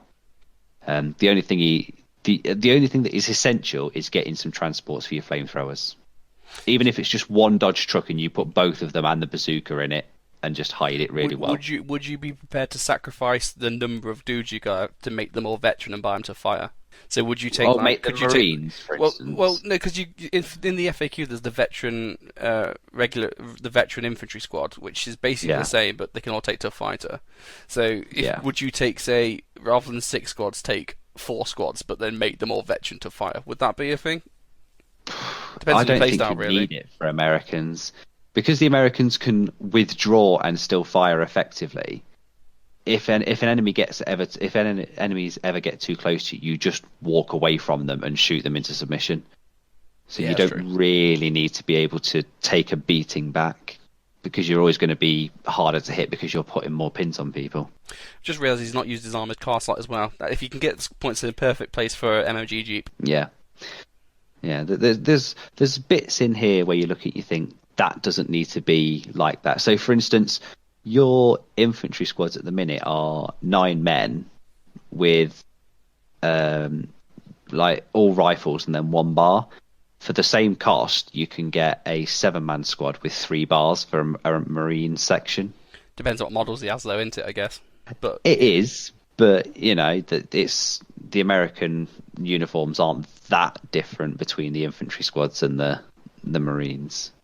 I think they just show a bit more skin in the Marines. And I'd also say, first lieutenant, I tend to not really rate. 75 points for a single regular man is just asking for sniper to ruin your time. The only time I've used the first lieutenant is generally when he's surrounded by nothing but inexperienced dudes. Or if you're specifically trying to do some snapping shenanigans with some like artillery pieces or something. Yes. Especially if you're running Germans, because that extra snapping is always great. Yeah. You want to fire all 3 of your Flak 88s at once? Yeah, because he's not really got anything in this list that needs snapping. There's nothing you can. There's nothing you can effectively go 1, 2, bang, bang, and force the enemy down. Like if you're doing it with multiple launchers, for instance, then suddenly it's useful. But I've never taken anything other than an inexperienced second lieutenant for an American force. Is this one of the platoons that lets you have multiple bazookas? No, it's double flamethrower. Okay, cool. That's great. That's still good. Yeah, I think. But if he wants to do that, I think there's one of the Marine selectors for. It's not Guadalcanal because that's the double bazooka one, but I think there's another one that allows you double flamethrower, and it allows you Marines instead of infantry squads. So it might be worth exploring that. But it's a solid start. It's a solid start. There we go. Now that Dan's done that one for Rubes, because Rubes can't offer a list advice because he's shit. Do you want to do the one, Dan, that we gave for you to do? Yeah, sure. Rubes, go on. Just I'm just casually going to claim it for the bacon burgers. hack into our Facebook page, go onto our messages, and read it out. Yeah. There you go. Yeah. Oh, was that our good friend G-Reg Wazza? One of the original OG Juggernaut fans. Hashtag we've been with us since the start. Good times. Yes. Loves it. Yeah. So we think his name is Warren, but we're not 100% I think, sure. to be fair, we're really rude because I'm 99% sure he did tell us and we went, oh, that's interesting. And then we still went back to calling him G-Reg Waza. It's like that Asian guy. Like, I think his name is John, but I don't give a shit. He's that Asian guy. Yeah. Yeah, it's Tag. Yeah, it's the Asian DAG. guy. Tag for sure. Yeah. So G-Reg sent us a list. He says, hello, chaps. This is one for you. Bring out your filth section. It's a Gurkha list he's made, which is very fitting since we did British today. Please review and get back to me on how I would make it even more filthy or better value for points. This thing is filth. Yeah, it's only 11 dice Only. in 1,000 points, which is not a lot, but, it's not bad. So he's got a second lieutenant regular with a buddy. Both of them, I imagine, will be equipped with SMGs. Then he's got 2 Gurkha sections, 3. both. Sorry. So he's got Gurkha section 8-man, 2 SMGs. Gurkha section 8-man, 2 SMGs. Gurkha section 8-man, 2 SMGs. Then he's got 3 RT observer with 2 buddies for some reason, which makes him a non-small team, and he's paid 20 points for them, which is just mental. I don't know why you've done that. Then he's got 10 native irregulars. One of the NCO's got a SMG. Then he's got a regular sniper, regular flamethrower. He's taken up and atom as his characteristic because, that's the one you take. He's got a light artillery, light howitzer, LTV Buffalo with Pintle MMG, and then he's got the M3 Stuart, which is the Dakar Dread, or the Dakar Stuart, with every machine gun shot you can ever imagine. So he does leave a note that he's taking the Buffalo because he likes the look of it. Yeah. There's no point in telling him that the Buffalo shit and you should drop it if he just wants to take it because it's good. In which case, make it work. Good luck. I wouldn't take it, but you're a better man than I am. I was going to say, he's even brought it with the autocannon as well, so he's gone balls deep in that hog. Because the thing that I'd do is drop the Buffalo, get the Maori rule on all the fucking infantry. Yeah, I mean, it's a nice list. There's a lot of fucking nasty Gurkhas there. Yeah. And it's got native irregulars as well. He's gone the full shebang. Yeah, I just think the Buffalo is just dead weight. But that being said, yeah, the problem with that Buffalo is, are you seriously going to put all 3 Gurkha squads in it? Because then that's all your eggs in one massive basket. And then your opponent's going to go, well, the Gurkhas are there, so I'm going to run the other way. Or I'm just going to drive over here. Yeah, like, take the Buffalo, put a unit of Gurkhas in there and go charge someone, cool. But if you put all of them in there, you're basically just going, here's my fist. So I forgot to mention as well, the Buffalo does also have the light automatic cannon. So it's got all of the guns, so it's got all of the eggs in the basket, Yeah. I mean, it's got all the toys, hasn't it? Yeah. It's pretty strong apart from that one Buffalo. There's no transport for the flamethrower. No, but it'd just get in the Buffalo with everything else. You could take an entire Buffalo just for one flamethrower. That's a nice. Fuck you! The ramp drops and it's a single bloke lighting a cigar. Time to burn, boys! So what you're saying is there's no seats in that Buffalo. It's basically a bed for the flamethrower team. Basically, yeah. It will look like Lord of the Rings when Aragorn and Gimli and Legolas jump off the ship, and all the orcs turn and go, "This is easy pickings," and then the ghosts start coming. I guess my review it goes, going back to what we've said this episode. It's how far do you want to tune this up? Because if you really want to, you could add a neighbours observer. You could make them all Maori. You could go crazy. But then if you only want to use the book stuff, then you're pretty much on point, really. I'd say the 3 artillery observer. He doesn't need 2 buddies. He barely needs 1. Your second lieutenant he doesn't need to be regular because he isn't going to help the Gurkhas. They're going to go off and do their own thing anyway. So there's some points you can scrimp. But yeah, and he doesn't need a buddy either. Yeah, and if you just save those 2, that's probably enough to fit in an experienced Jeep in for your flamethrower. I think that's the most I'd advise without having to drop the Buffalo. Just by removing the dudes and dropping the lieutenant down, you're saving yourself like 65 points. Well, nearly 65 points, sorry. So that's enough to buy two Jeeps. Well, you'd get one Jeep for the flamethrower, and then you could either... Yeah, that's enough to make Sniper Veteran, Flamethrower Veteran, and add a Jeep in. But, yeah, looks fun.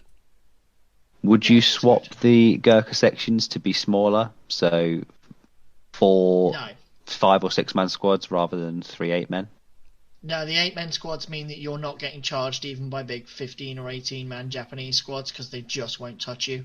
I would go with 3 8-man rather than 4 6. Big deterrent. Big deterrent. Yeah. A 6-man squad you can actually beat with a big enough normal squad. An 8-man squad you're not beating, like with a straight up fight. Yeah. Yeah, looks good though. Good luck with that. Let us know how it goes. Would that be allowed at your tournaments down under, or is that too scary for you, Rubes? Well, depends. There's a lot of controversy at the moment about lists and tournaments, but I must say, most of the local events. I am fucking loving the Bolt Action New Zealand, the Anzac Facebook page right now, because it's like looking in a time machine 2 years ago where people aren't shouting at me. Yeah, well, I kind of joked that Tristan has basically taken over your role. Yeah, it's because it like having a look at the conversations and the discussions about after CanCon was exactly what happened when I won the first GT with my 20-odd Russian dice list. Oh, that's cheesy. That's not allowed. Blah blah blah blah, and everyone throwing shade. It's just like, so it's not that you're down under. You're just 2 fucking years behind. That's all it is. One day ahead, 2 years behind. Yeah. So I'm just sitting there with my Michael Jackson meme, eating popcorn, just enjoying all of it. Just like, it's not me. It feels so nice to not be the hated one. So yeah, You're just not the target at the moment. Yeah, it's got a lot of discussion going about the nature of tournaments in Australia and leading to discussions to lead up to big events as to what should be acceptable and what isn't. So, look, at the end of the day, the TO allowed the lists, which is funny because my original list was the big controversy at first, having Schutzen and 2 free LNGs in my list was considered OP. You had 2 free LNGs and they kicked off. Oh, really? No. Yeah. Wow. They're kicking off about LNGs down there. Do they still actually pay points for them? Yeah, so I had a DAC list and I had 2 Schutzen squads, and even from people who were saying, I'm a German player, Schutzen are OP. I'm like, No, I've just written up a French list that has a free regular medium howitzer in it. So, Like, bosses... if you've just listened to this episode we've just recorded about all the shit the British can pull, Germans taking 2 free LNGs is fucking nothing. It's nothing. Yeah. But I mean, having said that, I mean, CanCon is like our GT. It's the biggest event in Australia, and it's a slugfest. So you kind of got to expect a bit of a stiff list or two. It's just expectation into if you're expecting a 9 dice regular list where everyone's brought 1 tank and 3 10-man regular squads with an LMG running up into the like this Gurk list here, it's going to be terrifying. If you're not geared for that, then get geared for it. Get good. Yeah, a lot of local metas aren't heavy list orientated for the most part. So I mean, it probably comes a bit of a shock when you go to a big event and all of a sudden you're up against a few heavier lists. But it is what I just find it so interesting. I love just spying on what other people are up to. It is really fascinating because everyone sits in their own bubble. We're as guilty as anyone else. So just taking the peek above the parapet and going, "No, you guys are doing stuff weird." It's like I want to win the lottery. I could just travel the world and play in all these metas and just tell them they're all doing everything wrong. It's my dream. It's like you guys mentioned about the WTC, about how interesting it was to see all the different metas from the different countries all coming together and how they gel. I know, and yet people can go online and tell people on the other side of the world they're playing the game wrong, and it's like, what the fuck are you talking about? You don't even know how they play. Exactly. That's all fun. Is that it for feedback and questions? Anything else? Yeah, I think so. Yeah. Ooh. I can say this now because we're towards the end of the podcast, so only the best listeners plus the bacon burgers will be listening at this point. Only the best plus a few knobheads. So last and year, only one of them at that. Last year we we gave out free widgets. So if you came and said the secret code word "get petty," we gave you a widget. We ran out of those widgets. I think I might have 2 or 3 left, but for the most part, we're all done and dusted with them. So we've brought some new things for this year, and we're handing out objectives this time. So we've got 6 of them, and they come in lots of different colours. I think we've got, is it red, white, and black? And there's you get 2 of each cover, 1 through 6, and we've got a fair few of them. So we'll be handing those out to people that we like, really. What should we do as the code word this year? Oh, seeing as there's 6 of them, shouldn't it just be cheeky 6? Well, we could do cheeky 6. We could do Schnellmoo. Oh, Schnellmoo. Or yeah, fuck the bacon burgers. Either Schnellmoo or fuck the bacon burgers will get you a set of objectives. Schnellmoo fucks the bacon burgers. I was gonna say fuck the bacon burgers with a Schnellmoo. They might enjoy that. That's too long. Fuck the bacon burgers with a Schnellmoo. Yeah, but it's 6 letters, mate. 6 words. 6 words for 6 objectives. What, so fuck the bacon burgers gets you 3? Yeah, basically. Or if you just say with a Schnellmoo, that's free. If you say the whole thing, then you get all 6. But they're all standardised 40mm across objectives, so that when we update the pack next month for the Jugger format and we standardise objectives for you, guess what? These will all be format approved. There you go. It's almost like we thought about this in advance, or I just pulled this shit out of my arse. Pulls out of his arse. Can confirm. Sorry, Rubes, you can't have any because you're not going to meet us at an event. So, sorry, mate. Yeah, well, you know. They're pretty shit anyway. Don't worry about it. It's just a bit of plastic.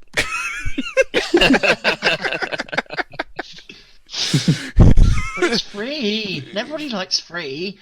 Well, yeah. Anyway, at least people will know what they are. Like, you give someone a widget, and they're like, "What's a fucking widget?" And you have to explain to them, and then they go, "Ooh." Whereas an objective, like, you should know that.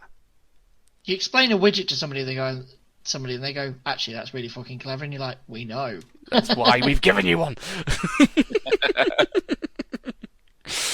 Cool. Right, come on then. We're so close to the end. Let's go to Mr. Bloober.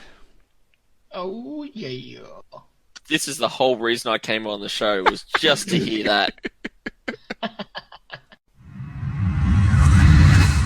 Hello, little child, and welcome to Hobby of Lobby. I am not Mr. Blobby. I am Dances with Paintbrush. How has everyone been? Has your progress been inexorable like march of glaciers towards summit of mountain? I've got a sudden urge to go gambling.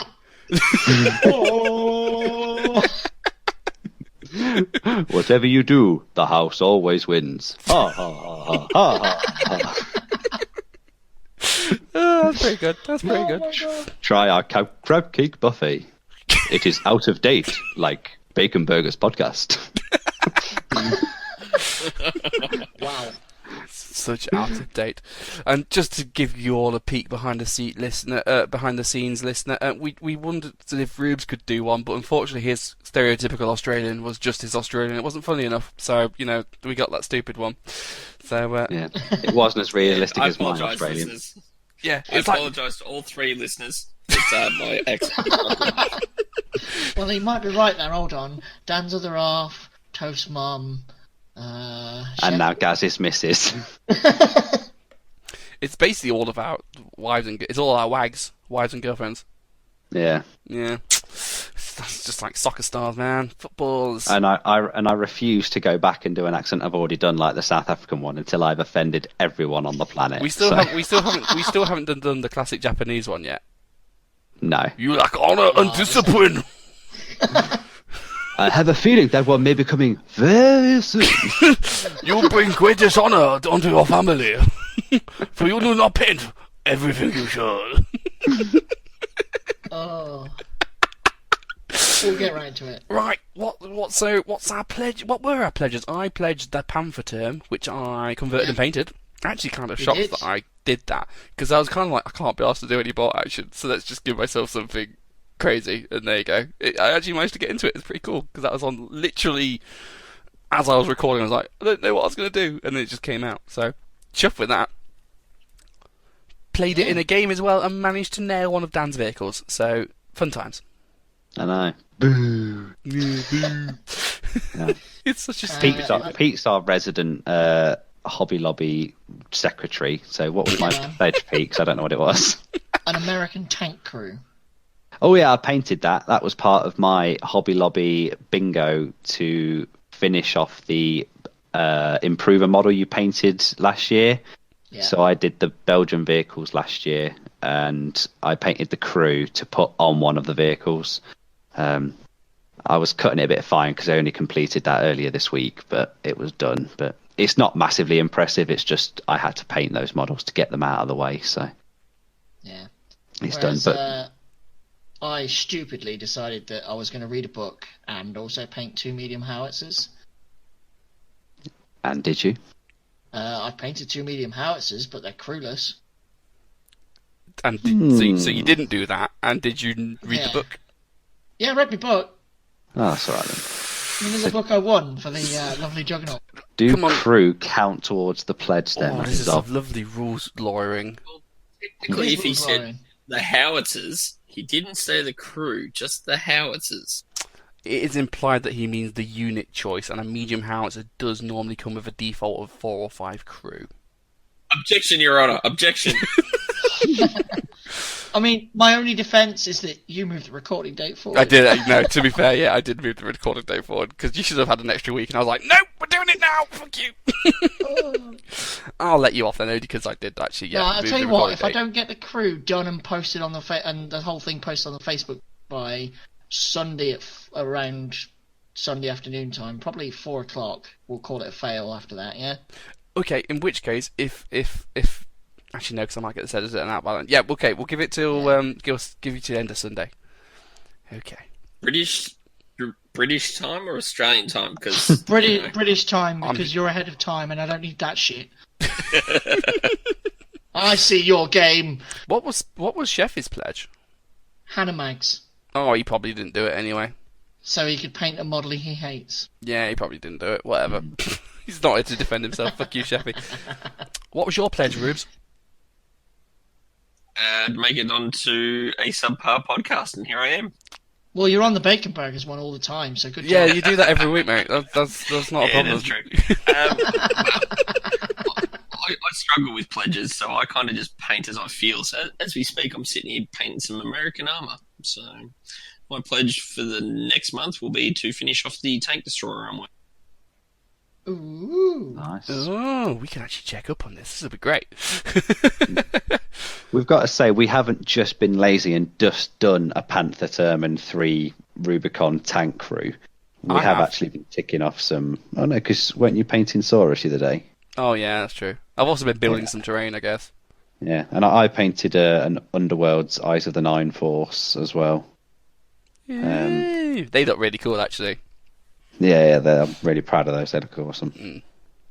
I've been running around after work for work reasons because they want me to actually do some work. It sucks. And, well, I painted some Stormcast. Actually doing work? That's bullshit, mate.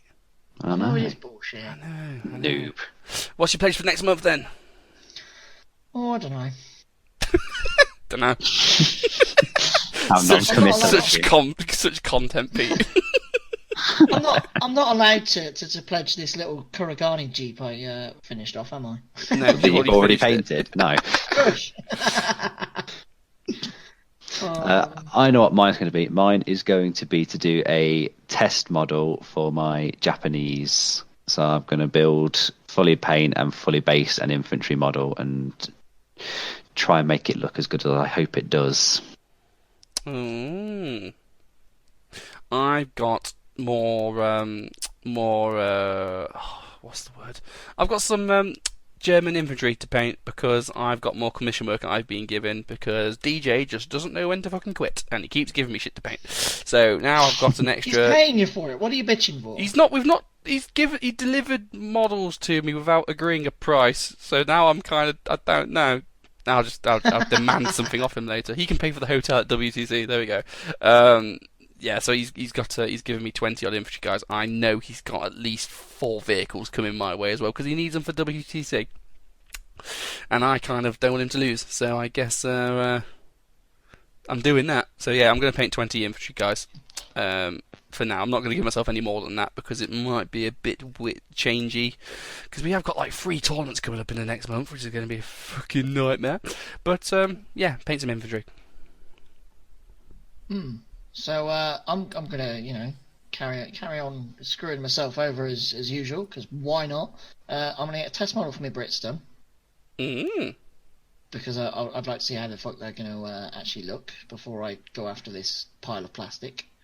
Probably gonna have to do another Kumputai, which is a political officer for my Japs.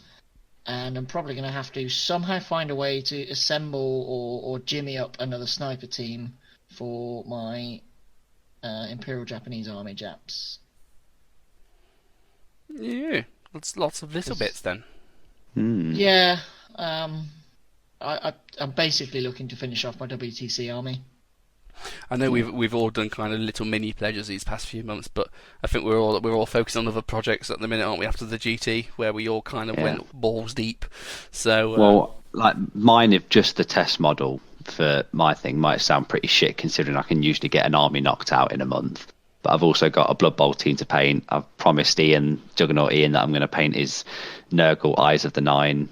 His Nurgle Underworld's force as well, and then I'm going to do the test model, and then I'm sure that when I've done that test model I want to build and paint 30 Fallschirmjäger that are sat on the side doing nothing as well, so there will be some progress rather than just one dude and just sit back and relax. Yeah, like the non-bolt action things I'm going after, now I've finished off the last of those Stormcasts at last, I can carry on painting Alfarius. I'm really enjoying just not painting drab military colours. I need to take a break every now and then because as nice as it is to just bam, there's a unit, oh my god, do I need some colour in my life. Yeah, it's nice getting the yellows and the reds and oranges and blues and just mixing it all up on models now. And the bright pinks and all sorts, yeah. Yeah. Pace's What was that? Pink. It's just a bit gay, isn't it? It's only lightish red, leave it alone. You get some red paint, you mix some white in that bit, and you got yourself a gate. Look, I'm representing because Sheffy can't represent the homophobic agenda, so I have to step up. I'm sorry, guys. It's not my beliefs. It's just what I've got to do. I've got to play my bit. Got to do my role. Isn't that what we bought Rubes on for? Aren't the Aussies more homophobic than the Brits? No, we got legalised same-sex marriage over here now, so everyone's free to love who they want. They just hate the Aborigines, Dan. Oh, yeah. It means you can't legally beat the shit out of someone for being gay. It means you can still culturally hate them. You just need to make sure there's another reason you punched him. So if you do punch him, you have to say, "Oh, mate, he spilled my drink" or something.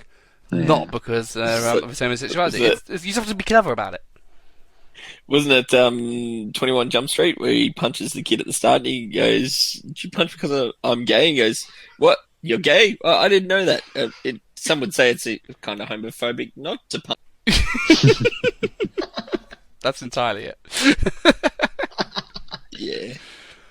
Right. That is the end of this episode. Codex Boing Boing. Codex Boing Boing. This was the 17th episode of the Juggernaut Bolt Action podcast. Rubes, get back in your cage. You'll be let out when the Bacon Burgers call off their attack. Yes, sir. Yeah, I might be there for a while. Yeah, well. And if you're not a very good boy, we'll set Sheffy on you. Oh, we might enjoy that. Giggity, giggity. Isn't he above Sheffy's age range? Well, that's true. We'll just stick him in a nappy and he'll be fine.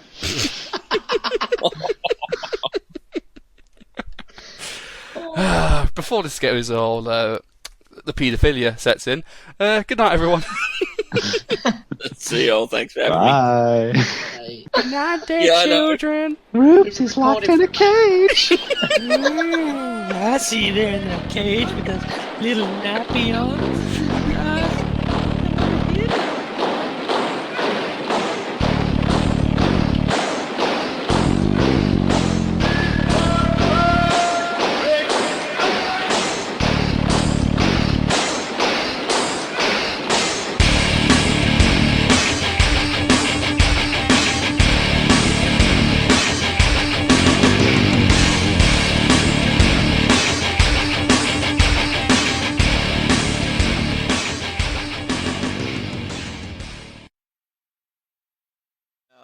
Hi guys, I love your podcast. Well, thanks. The Bacon Burgers is a quality episode.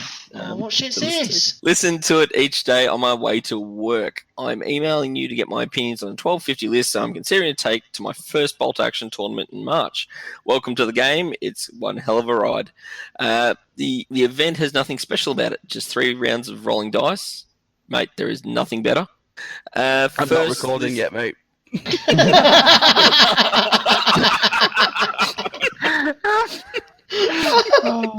I wondered how long we were going to let him go for. To be fair, I said it a while back.